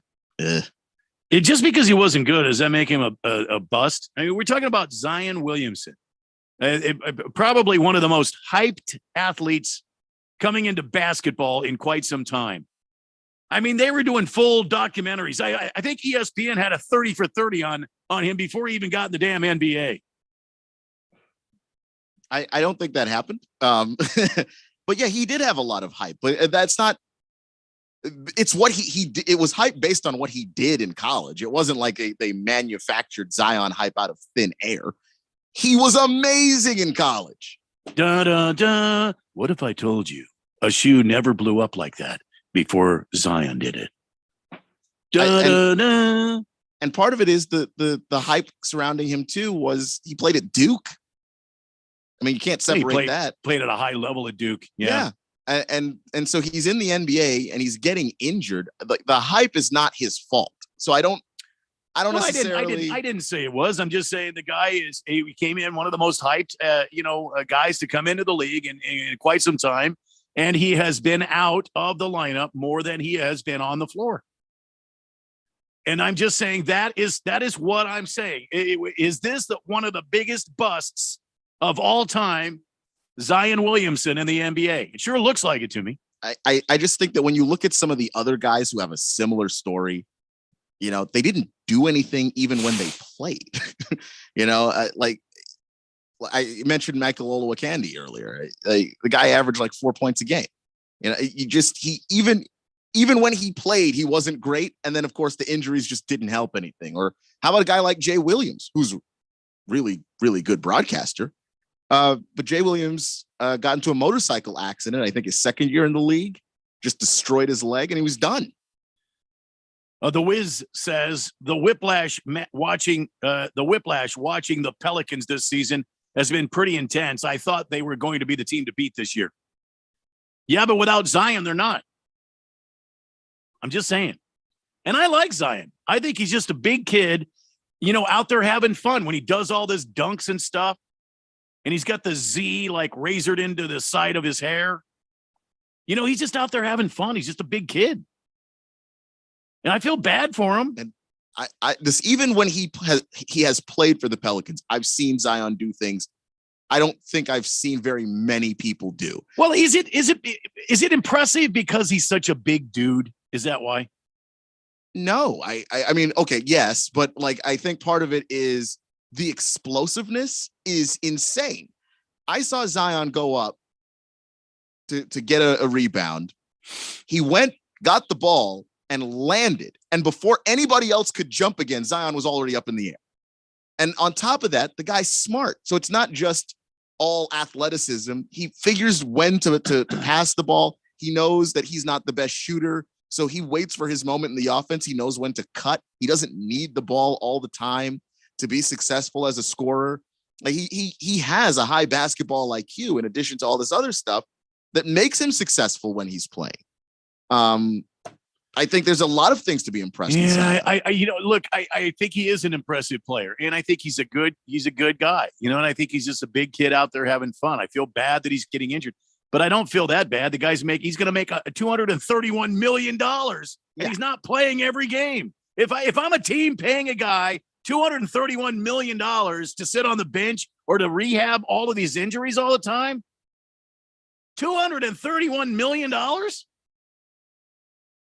To me, that's a bust. If I'm a GM and I'm sitting behind the desk and I'm like, good God, imagine what we could do with this money that we're paying Zion to rehab his hamstring again. That's all I'm saying. Yeah. And the fact that you took him ahead of Ja Morant doesn't help. Because another great point. Ja gets hurt too, but Ja doesn't get hurt to anywhere near the same extremes that Zion does. And he's mostly out there and he's just as explosive in his own way. 888-368-1580. I'll tell you who's not hurt. That's Devin Booker. Last night, if you are just joining the show, last night the Suns dismantled and crated up and sent back to Sacramento the Kings, 120-109. And I say that Devin Booker's not hurt because he dropped in 32 points. He's a walking bucket. But DeAndre Ayton with 29 points, to me, that's the story right there. He went from scoring like 18 points a game. I don't know what his average is, but it was probably around 18 or 19 points a game. For the season, it still is at 18. He put in 29 points last night. That's like the second or third game I've seen where DeAndre Ayton has been just really active under the hoop. He's averaging 23 points a game over his last 11. I love that. Now that's the kind of DeAndre Ayton that I mean, as a fan, that I've been looking for. And maybe this is his breakout season. He got paid. They are continuing to use him. Except for the fourth dimension. Many in the fourth dimension want to ship him off somewhere. I never understood that. But he's 24. He's 24 and he's putting in 29 points. I mean, listen, against the Kings have been a boil on the butt of the Phoenix Suns for how many seasons now? And we absolutely, the CP3, DeAndre, Devin, they got out there, they took out their toolboxes and they just dismantled the Sacramento Kings last night. And the Kings are a good team. They're a good team. Third in the division. I mean, they've been awesome. I mean, they have a good roster. De'Aaron Fox is on that team. They went out and drafted Keegan Bradley, Domantas Sabonis. That is a good roster, top to bottom. Keegan Bradley's the golfer. You mean Keegan Murray? Keegan Murray. Yeah. Confuse him. Keegan Bradley, though, I mean, he's tall. He could probably play some basketball. Probably could. Probably not at a high enough level, but he's a little itchy, though. He's got those little quirks. He's a little quirky. And he's kind of wiry, too. He is wiry. Yeah. He's a little, but, hey, listen, to each his own. Keegan Murray, I mean. Yeah, Keegan Murray. 888-368-1580. That's the text line. Did I already mention we're giving away that those tickets? Did I already say that? I think I did. It came up once or twice. All right. Good Cat on the text line says, hey, Randy. Hey, Randy, can you pour me a couple of years, please? I'm about to find out if I have to put my dog down. Oh, no. Couple of years? You mean beers? I think he means beers. Yeah, we're just going to do that quietly and go about our business here. And sorry about your doggo, man. Yeah, Good Cat. Sorry, man. There you go. There's another one. Keep us posted. Let us know. Sorry about that news, man. All right. So the Super Bowl, just take a guess, Keon, at how many people here in the United States watched the Chiefs beat the Eagles on Fox in the Super Bowl. Just go ahead. Probably like 90 million people. Why are you saying that? You have the copy right in front of you. 110 million people tuned in to watch. I'm playing the Chiefs. The dumb. I actually closed it and put it to the side there. The Eagles in record night for Fox. Wow, 110 million. As some estimates have it at 113 million tuned in to watch the Kansas City Chiefs beat the Philadelphia Eagles. Now, I was reading somewhere else that in Great Britain, 90 million. What? Great Britain, 90 million. Okay, I think maybe the football overseas thing is working. Watched the Super Bowl. Is what? I can't find the article now, but 90. I'm pretty sure I read it. I could be wrong here. 90 million. Ranks as the third most watched TV show ever. Ranks as the most watched Super Bowl in 6 years. Ranks as the most streamed Super Bowl ever. But I mean, come on. A lot of people are streaming now. I'm streaming. Yeah. I mean, those numbers are going to continue to go up because, I mean, everybody's look at what's cutting going the on with cable. and Dish. It's just, ugh.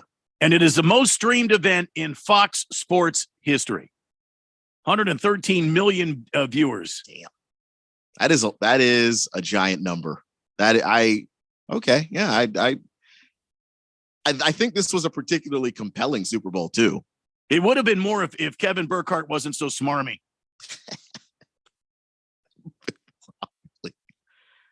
Even though I like the guy. Do you really? I do. Smarmy. He is a little. I'm better than you. I'm Kevin Burkhardt. Look at me. Shut up.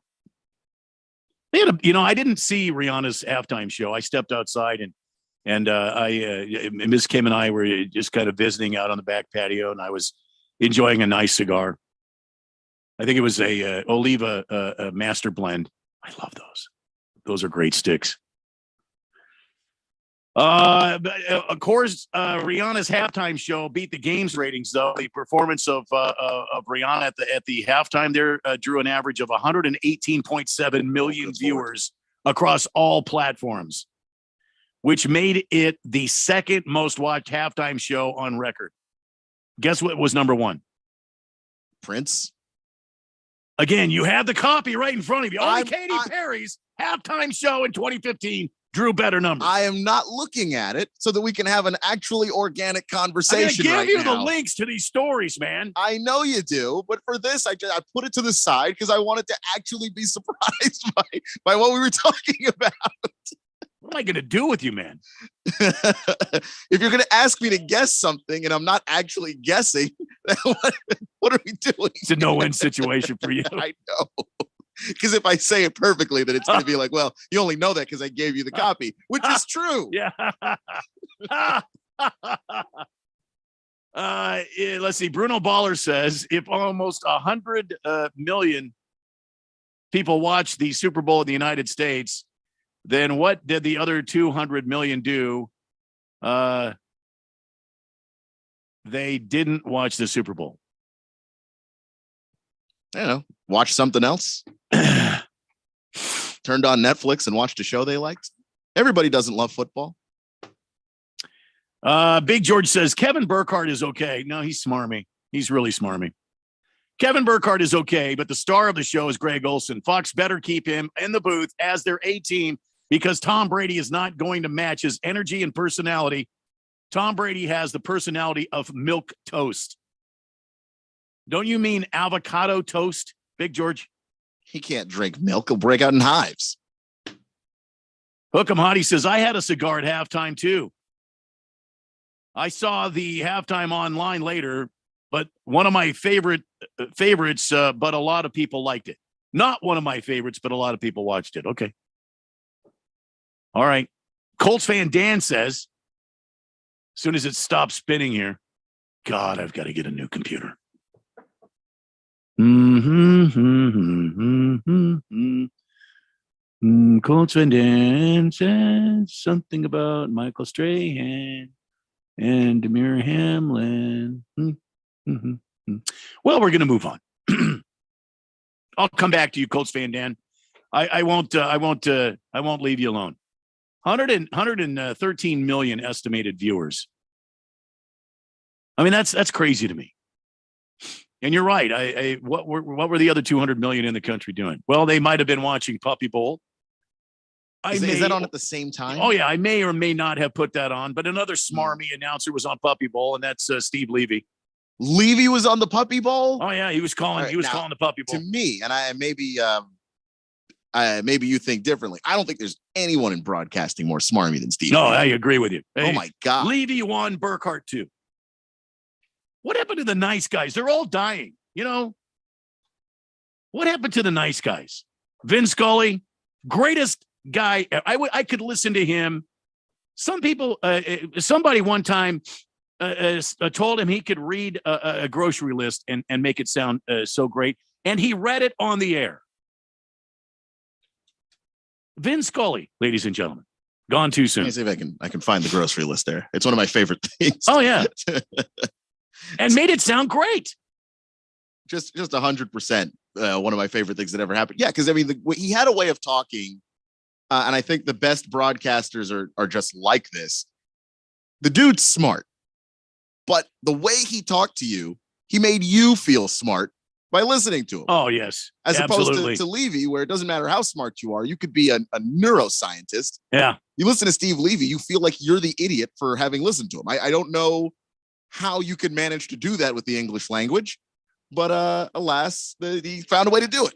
Well, let's see. We've got There we a go. dozen eggs, a quart of milk, a loaf of bread, Oh, yeah. a can of frozen orange juice, 6 small white onions, a green pepper, garlic powder, a package of American cheese, pickles, kosher that is, bananas, cornflakes, maple syrup, toothpaste, paper towels, toilet paper, 6 bars of soap, hot dogs, quarter pound of chopped meat, steak, lamb chops, package of spaghetti, 3 apples, bologna, cottage cheese, a pound of butter, 2 ears of corn, beer, ketchup, peanut butter, soy sauce, and a half a pound of coffee. Hey, there we go. There we go. The great Vin Scully, ladies and gentlemen. It was so good. I almost considered pronouncing bologna. Just because Vin Scully Just did because it. Vin Scully did it. Damn right. 4 white onions. I love it. A jar, Beer. a jar of pickles. Kosher, that is. Kosher, that Oh is. my God. He's so good. So good. CK says, Randy, you misunderstand the fourth dimension. We don't want this DA or playoff Ayton gone. We want the soft, unfocused D Ayton to go away. And unfortunately, the soft, unfocused Ayton has been more of the norm than the currently focused DeAndre Ayton. I cannot stress to you enough. And the reason why I disagree with everyone who's wanted DeAndre Ayton shipped out of town is because you are right. Soft DA nobody wants that. But you got to have some vision. You have to realize that when someone is 22 years old, they're not perfect. When they're 23 years old, they're not the person they're going to be in their prime. Can you build that person up? Can you coach that person up? Yeah. Monty has clearly done that. You got to give him some credit for that. As through all their battles and their butting heads, he has coached DeAndre Ayton up, and you have to actually give people a chance to grow, because if you give them away to somebody else and let another great coach get the opportunity to work with them, then he becomes the good DA, but not on your team. You got to have some vision. Couldn't have said it better.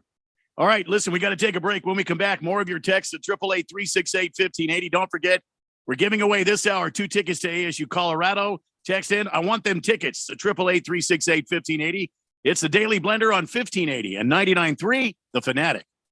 This is Brent Musburger's Action Update on 1580 and 99.3 The Fanatic. The best way to start betting smarter is to sign up for a free VSiN subscription at vsin.com/subscribe. That's vsin.com/subscribe. PGA Tour playing the Genesis Invitational Round 1 Thursday at Riviera Country Club outside Los Angeles. John Rahm is the betting favorite at plus 700. Rory McIlroy plus 900. Scotty Scheffler, who won last weekend in Phoenix, plus 1,000. Justin Thomas plus 1,500. The tournament marks the return of Tiger Woods to competitive golf. Was not played a competitive round since July of last year. If you'd like to bet on Woods, it is plus 12,000. Woods has been playing in this tournament since his teenage days in the early 90s. However, he has never won at Riviera. I'm Tony Desiri with your VSiN Action Update on 1580 and 99.3 The Fanatic. Terms and conditions posted at textplan.us. Texting enrolls for recurring automated marketing messages. Message and data rates may apply. Reply stop to opt out. Terms and conditions apply. Visit ISSA online for details. Tired of the 9-to-5 grind? Looking for something different that's flexible, fulfilling, and pays well? How'd you like to get paid to work out? Now you can with ISSA, the global leader in personal fitness certification. There's a huge demand for certified personal trainers right now. And once you get ISSA certified, they guarantee you'll get a job. Trainers can make as much as $200 an hour. Yes, I said $200 an hour. And with ISSA, you can be certified in as little as 4 weeks. Just text BENCH to 323232 now to get started for free. You do everything at your own pace and 100% online. Pursue your passion in specializations like yoga, nutrition, or strength training. Live life on your terms. Get certified and train like you want. Start your own business, work at a gym, or make health and fitness your side hustle. Whatever works for you. Just don't wait. Get started today and be certified in as little as 4 weeks. Just text BENCH to 323232 right now to get started for free. Text the word BENCH to 323232. Text BENCH to 323232. By now, you know that sound. It's the sound of the Home Depot. But what about those sounds? Those are the sounds of a new Samsung laundry set with extra large capacity, serving up a powerful yet gentle clean in just 28 minutes, making this the sound of savings on the best appliance brands. The Home Depot. How doers get more done. Get up to 25% off select appliances, including Samsung. Ends March 1st. Pricing valid February 9th through March 1st, 2023. Gas Dry Extra, US only. See store or online for details. Your home has gone way up in value, but have you taken advantage of it? This is Rob Canier with a phenomenal opportunity to tap into some of your home equity, earning tax-free income and eliminating your mortgage payment while staying in your home as long as you want. With home prices leveling off, don't wait to learn more about the new reverse mortgage. This is a safe and proven money-saving and tax-free income opportunity for homeowners age 62 and older. Call me, Reverse Rob, and learn more today at 602-REVERSE. That's 602-738-3773, or download my app by searching Retire Right with Reverse Rob. The Renaissance Festival is back! Weekends now through April 2nd. Great shopping, a giant crafts market, new shows featuring sea fairies, mermaids, and merriments, non-stop feasting, and more. The Renaissance Festival is back. Weekends now through April 2nd. Discount tickets available at Bashas' and Food City or Arizona.renfestinfo.com. Presented by Delta Airlines, Bashas', Food City, Pepsi, Budweiser, and Guinness. GCU men's basketball is back on the Fanatic. Listen along with Lopes insider Paul Coro and the voice of the Lopes, Michael Potter, for every moment of exciting Lopes action. Wednesday night, GCU's in town to take on UT Rio Grande Valley. Tip time is 7 p.m. live from the GCU Arena. Listen all season long as the Lopes make their way through the WAC and try to punch their ticket into the madness of March. It's GCU Lopes basketball, only on 1580 and 99.3. The Fanatic.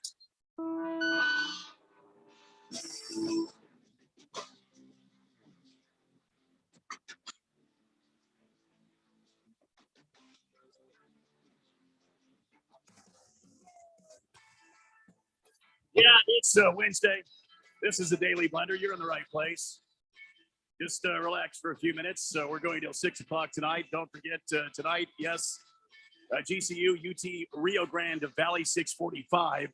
Then on Friday, the Killer Lopes are back in action against Abilene Christian. That's at 8:45 p.m. Friday night.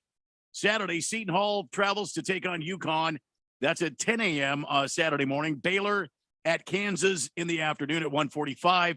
Then at 7 p.m. Saturday night, St. Mary's will meet against Sunny Slope. Boys Open Division quarterfinals basketball action from the AIA, 7 p.m. Saturday night. Then on Sunday, it's the NASCAR Daytona 500, which will happen at 11:30 a.m. here on the big station. 888-368-1580. Sean from Phoenix. We were talking about announcers. I don't know how the hell we got there, but this is the Daily Blender. This is what happens. Sean from Phoenix says Jim Lampley was the smartest, in my opinion. Loved his commentary with the HBO boxing team with the legendary Larry Merchant. Jim Lampley. It's been a while. He was with ABC for quite some time. But I know that as a boxing fan, Lampley's my guy, and he's another one of those guys. He knows so much about boxing. I mean, the dude has forgotten more about boxing than I will ever know. And he doesn't make you feel stupid about it. Like you listen to him, you'll learn a lot. Yeah. But you don't feel bad for having listened to Jim Lampley. So not only was he smart, but he could share the knowledge of the sport and make you feel like you learned something and felt good about it too. Absolutely. Colts fan Dan says DeMar Hamlin was asked by Michael Strahan what the doctor said caused his heart to stop after the long pause. He refused to answer. And oh, by the way, Pfizer is a huge sponsor of the NFL. And okay. That doesn't prove anything. You have brought three highly unrelated things. I don't think that they know exactly what it is caused his heart to stop. They have an idea, but they're going to need to figure it out so that he can't say for sure. Big George says Levy stinks as an announcer. I think Joe Buck is worse than Kevin Burkhardt. Boy, I don't. I do, but I don't think he's more smarmy, which is amazing because Joe Buck is like a top 3 smarmy guy. He's always talking down to the listeners and acting like he's better than viewers. Same with Steve Berthume with the Diamondbacks. On the other hand, no one's better than Al Michaels, my favorite sports broadcaster right now.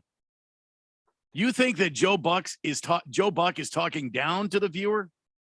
He does sometimes. I haven't witnessed that yet, but his biggest crime though is that he's boring as sin. That is his biggest crime. There is that. That the biggest play will be happening on screen, and Joe Buck's voice doesn't move an inch.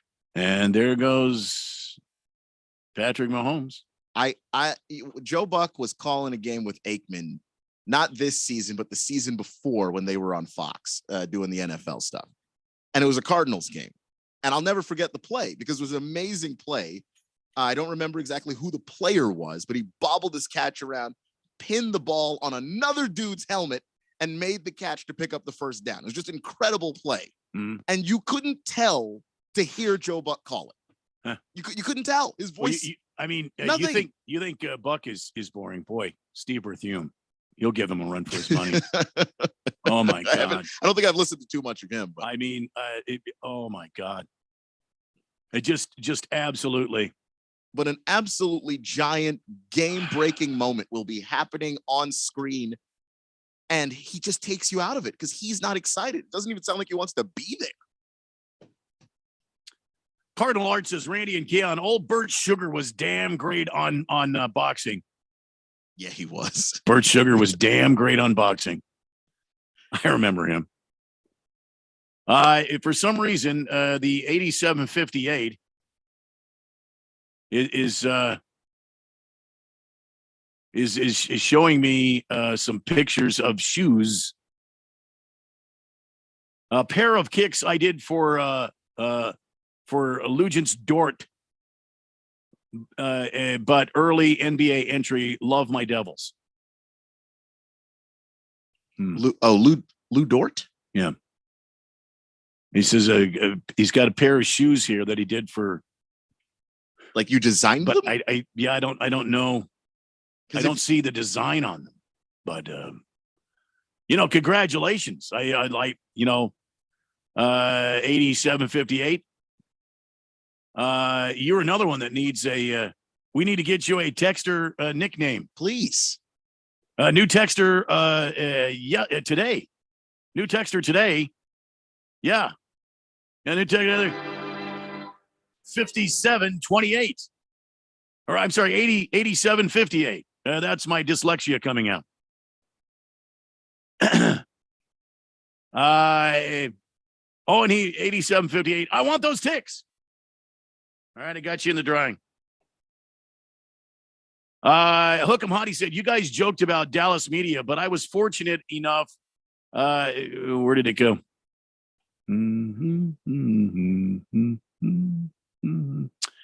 Scrolling up. Make me laugh, everything. Well, while you're looking for it, I will say I think Dallas has one of the 5 toughest cities from a media standpoint to be in. Let's see. That's the second. LA's one. New York is one. That's December. How the hell did I get there? I got Dallas is one. Go all the way down. I think DC is brutal. Oh, here we go. We got it. You guys joked about Dallas media, but I was fortunate enough to grow up listening to the best local broadcasters in Brad Sham for the Cowboys and Eric Nadell for the Texas Rangers both have stadium radio booths named after them. No, I wasn't joking. I'm saying that Dallas media is going to chase Irving down, and they're going to hound him about contract now. Just because he says he doesn't want to talk about contract, they're going to hound him about contract now. And I don't think what I was saying is I don't think Dallas's media is bad. In fact, I think it's very good, but they're tough. They don't let players skate on anything. They go after you if you play poorly, if you have something like a contract hanging over your head. Kyrie saying, I don't want to answer questions about it is not about to get him off the hook with that media. They're not going to let him go. All right. Vinsanity 602. That's what 8758 wants to be known as. Vinsanity 602. So I'm going to put that in here. That's your phone number. Okay, here we go. Let me get this in here. Vinsanity 602. Go ahead, kill for time, will you? While I yeah, I mean, first off, with a texter nickname type, named after the great Vince Carter. Yeah, you're already on a great track right now. Yeah, 602. I commend you, sir. Vinsanity for the Vinsanity nickname that you've given yourself, and may it do you well. Vinsanity. Because the thing with Vince Carter is save. What did Vince Carter play? I think he's the first NBA player to play across was it 4 decades? Yeah. Like, not only was he a freak athletically. Oh yeah, he's like 4, yeah. And a lot of people, the Vince Carter stories that I love are when he comes into the gym after a summer of not doing anything, and then stretches for 5 minutes, and then just proceeds to roast guys on the floor. Yeah, jump over everybody. 888-368-1580. Mr. Pink Eye wants to know if we saw the Tubi commercial. I don't remember the Tubi commercial. I heard about the Tubi commercial where which one was it? It was the commercial. It was like 15 seconds or something where they were basically the commercial was pretending to change your channel to basically to Tubi. So you thought you were watching the Super Bowl, and then the commercial was, okay. Oh, your TV's changing. It freaked out a lot of people because they were like, what the hell is happening to my TV? I didn't change the channel. I love commercials like that. So I heard about it. I actually haven't seen it myself. Big Stanky is on the text line. Hey, Big Stanky. Haven't heard from you in a minute. Did you saw? And Big Stanky says, afternoon, guys. Well, howdy, Big Stanky. Good afternoon. I could be wrong about this, but I think it's been a while, Big Stanky. Vinsanity 602 coming in with more. Joe Buck sucks. Best announcer, loved hearing Keith Jackson. He's a big old corn-fed boy from Nebraska. Yeah, oh yeah, Keith Jackson. Boy, he had a way. 888-368-1580.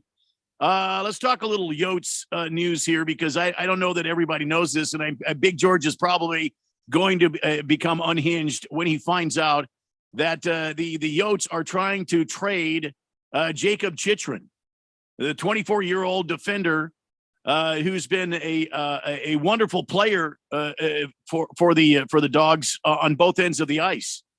But apparently he doesn't want to be here anymore.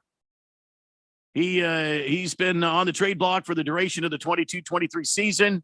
They're looking, the Coyotes are looking to move him before the March 3rd deadline. 24-year-old still has 2 years remaining on his contract at $4.6 million per season.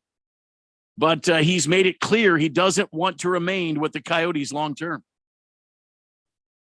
It's been reported that the Yotes are expecting 2 first-round picks plus a top prospect in exchange for Chychrun, although it's entirely possible that this asking price is in flux and maybe a bit too high. Reportedly, the Kings have been on the phone. They've been on the phone with the Coyotes. They'd like to get Jacob Chychrun over there. But Los Angeles has one of the deepest prospect pools in the NHL, plenty of assets that Arizona would covet as it surely enters another prolonged rebuild with the hope of landing a top pick. This summer's banner draft class.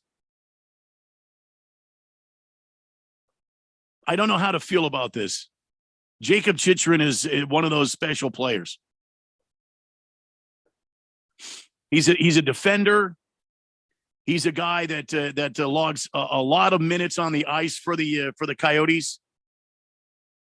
He's going to be something great in this league. And here we go again with the same talk about Arizona sports teams trading away the best talent that they have. Yeah, and that's disappointing because I feel like the Coyotes are moving in a positive direction, but I don't know what you're supposed to do sometimes in these situations. Like I don't think that every team should kowtow to every player that wants to leave. I think that sets a bad precedent. However, guy can mess up your locker room if he doesn't want to be there. Like if he legitimately just expresses this incredibly strong desire to not be there, and you force him to show up. I mean, this guy is grumbling. He's going to make other players more negative just by his being there. It's a tough spot. I don't think that the Yotes wanted to trade him. That's not the sense I'm getting from some of the stuff that I've read. He wants out, and I don't know what else they're supposed to do if they can't talk to him or talk to his agent and convince him to stick around long term. Jacob Chychrun and his line mate Shane Gostisbehere here have logged 525 minutes on the ice, making him the 19th most used defensive duo in the NHL. Chychrun and Gostisbehere here have posted some underwhelming underlying numbers, 49%, 45.5% expected goals, while being on the ice for 28 goals versus 19 against. But 19 against, I mean, that all comes down to, bad play, bad goaltending. I don't know. I don't know how to feel about this. Jacob Chychrun, it looks like he's going to be traded. They have kept him out of the lineup. He was not in the lineup against Nashville the other night when the Coyotes won in Nashville. But clearly this team is not ready to go. Now, I know what's going to happen on the text line. George is going to text in, and we're going to hear the wrath of Big George about the Coyotes any second now. Fire the GM, fire the coach, fire the players, fire the NHL. They're all going to be fired. Let's take a break and catch our breath before that happens. It's the day. And don't forget, we're giving away a couple of tickets to ASU, Colorado, tomorrow night's basketball game. You can get in on the contest. We're going to have a drawing here towards the end of the show. 888-368-1580. This is the Daily Blender on 1580 and 99.3 The Fanatic. Did you hear about Taco Bell's apology? Yeah, they apologized for going too far with their breakfast. Like the naked egg taco and chicken biscuit nachos? It was too much. All you need in the morning is tasty, simple food. Like the breakfast crunch wrap. Fluffy eggs, melty cheese, sausage, crispy hash browns, wrapped in a warm tortilla. Or, as some call it, a breakfast crunch thing. Grab one today, only at Taco Bell. At participating U.S. Taco Bell stores during breakfast hours only until 11 a.m. While supplies last. Contact local store for hours and participation which vary. For the latest from the world of golf, tune in every Saturday morning from 6 to 8 for the Golf Shop Radio Show, presented by PlayGolfMyrtleBeach.com, the golf capital of the world. Hosts Mark Greenhelch and Matt Blanchard talk golf from tee to green and everything in between. If you like golf, you're going to love Golf Shop Radio. Before you tee up, drop on in. Welcome to the Golf Shop here on 1580 and 99.3 The Fanatic. By now, you know that sound. It's the sound of the Home Depot. But what about those sounds? Those are the sounds of a new Samsung laundry set with extra large capacity, serving up a powerful yet gentle clean in just 28 minutes, making this the sound of savings on the best appliance brands. The Home Depot. How doers get more done. Get up to 25% off select appliances, including Samsung. Ends March 1st. Pricing valid February 9th through March 1st, 2023. Gas Dry Extra, US only. See store or online for details. The Renaissance Festival is back! Huzzah! Weekends now through April 2nd. Great shopping at Giant Crafts Markets. Your favorite shows. Be ready to have a great time and don't be afraid to participate. Huzzah! Just night. Huzzah! Silly fun for the entire family. Happiness reigns at the Renaissance Festival. Lots of new shows. Non-stop feasting. Leave your cares behind. It's fun and affordable. You will Sure, the Renaissance Festival. The Renaissance Festival is back. Weekends now through April 2nd. Discount tickets available at Bashes at Food City Or online at arizona.redfestinfo.com. Presented by Delta Airlines, Bashes Food City. Pepsi, Budweiser, and The Guinness. Renaissance Festival is open on President's Day, Monday, February 20th. Don't miss the adventure. Huzzah! Go to arizona.renfestinfo.com. Don't be fooled by the people you meet on social media. It may start as an innocent conversation, but anyone who tries to sell you pills is nothing more than a drug dealer. And if you think tiny pills can't do much harm, think again. Fentanyl can end it all. Know the truth about fentanyl at learnmoreaz.org. Don't be fooled. Don't be faked out. Visit learnmoreaz.org. This message is sponsored by the Substance Abuse Coalition Leaders of Arizona. 1580, The Fanatic.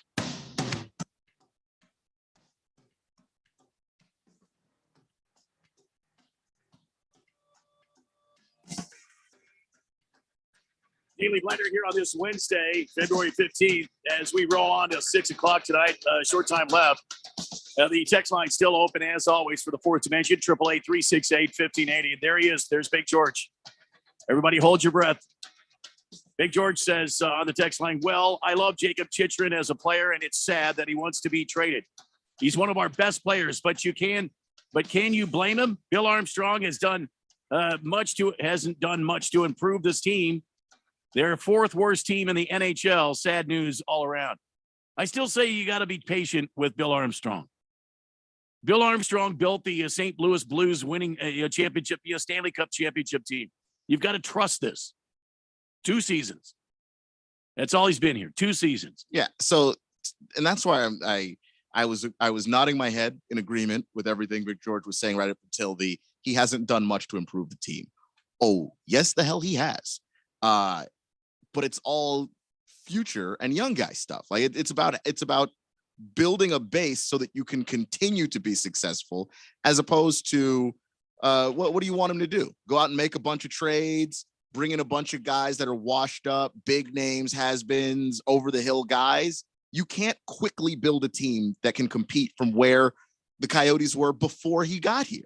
Yeah, I mean, you're talking about old guys, bringing in old guys to try to make a team better immediately. That hasn't worked either. You know, remember when just before this ownership group bought the team? That's what they were doing. They didn't make the playoffs either. And they had some damn good players on this team. Taylor Hall, if I recall right, was on this team. And he didn't do much for us either. Now he's on the Bruins, and the damn Bruins are just making history every night they go out on the ice. So, I mean, I get your frustration, Big George. Big Stanky says, I texted you guys last week. Oh, well, I said it was a minute.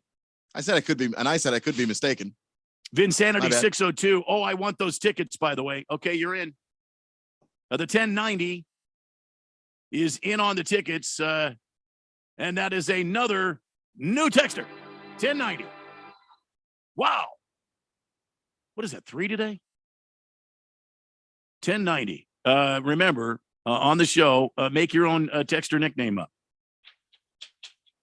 You got to make up your own texter nickname. I just figured out on my own how to enter in names on this texter system.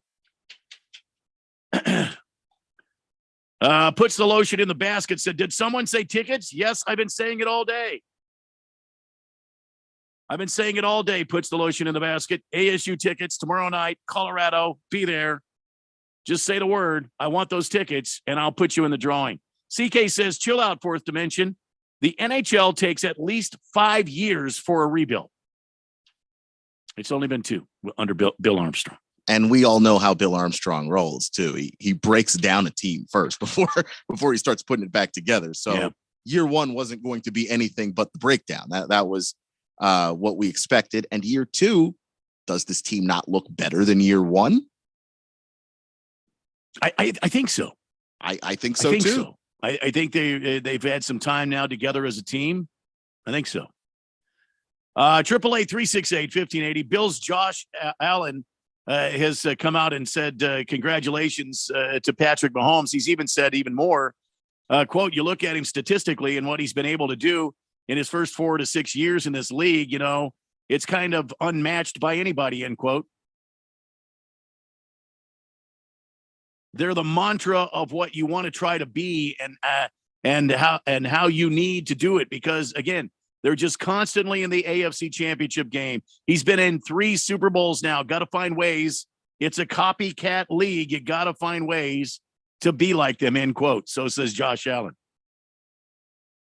He's a good dude. Josh Allen, man. Yeah. And I like the way that Josh Allen watches other quarterbacks. I think that's my favorite thing about him. He was talking earlier in the season when the Bills were playing the Ravens about how big a Lamar Jackson fan he was. Yeah. He just loves the guy. And those are the 2 guys that I think had the most naysayers in their draft. And they're the 2 most successful guys at playing quarterback in their draft class. Yeah. And so for him to come out and say this about Patrick Mahomes is not even surprising. I think that Josh Allen is a true student of the game. And he's a fan of the game. Not just a student, he's a fan of the game. You talk about another big kid. We were saying how Zion Williamson's just a big kid out there playing basketball, having fun. And he gets paid a lot of money to do it. Josh Allen, same way. He's like a big kid. You see him out there on the field, the joy that he has, especially when he gets tackled. He's always getting up. He's got a big smile on his face. Guys are jawing at him, and he's just smiling. He just loves it. He's like a big kid out there, man. He threw an interception one time, which of course you don't love to see. But then the guy was running with the interception. Josh Allen tried to punch the ball out. I've never seen a quarterback do that in my life. Yeah. Well, I mean, with his throwing hand, he just wants to win so damn bad. I can't not root for the guy. Can't not love him. With Josh, I really think that he is somebody that just loves the game. And I think that that's the thing about him that I appreciate, not to continue to kick Jimmy Garoppolo for reasons unknown, but the thing that people always say about Jimmy is that he likes football. He's good at it. Doesn't love it. Josh Allen loves to play football, and you can see it. Yeah, he lives and breathes it. I'm sure he can't wait for the season to start again. He's probably fired up for the OTAs, man. He's probably got a calendar. He's just crossing off days until the first OTA. Just sitting there looking at the calendar. Can't wait to, to do anything else. All right, let's do this and bring you on this date in Big George's sports history. Back in the year 2011, Stan Musial received the Presidential Medal of Freedom, an award in which the honorees are selected by the sitting president from President Barack Obama. The St. Louis Cardinals legend who benefited from the local grassroots effort on his behalf joined major leaguers Hank Aaron, Mo Berg, Jackie Robinson, Roberto Clemente, and Ted Williams as a recipient of the most prestigious honor given to a United States civilian. Yeah, Stan the man. He died in 2013 of natural causes at the age of 92. Upon hearing the news of his death, fans gathered and began an impromptu memorial at his statue outside Busch Stadium. You talk about a baseball town. St. Louis, Missouri is a baseball town. I mean, they show, Stan the man, 92 years old, hasn't played in St. Louis in, 40 years, 50 years. And fans still love him. And they go out and they start an impromptu memorial outside the stadium. And I think that has to mean a lot just from that fan base, because they might be the smartest baseball fan base. If you just even watch a Cardinals game where just an average game, you just based on when people boo, when people applaud, they're not booing and applauding the same things that most of our fan bases applaud. It's not every homer. It's the little stuff. And I think that appreciating that, it says a lot about a fan base like that appreciating Stan. All right. We've got some time left here. What do you say we do the Wheel of Sports here, Keon? Let's do it.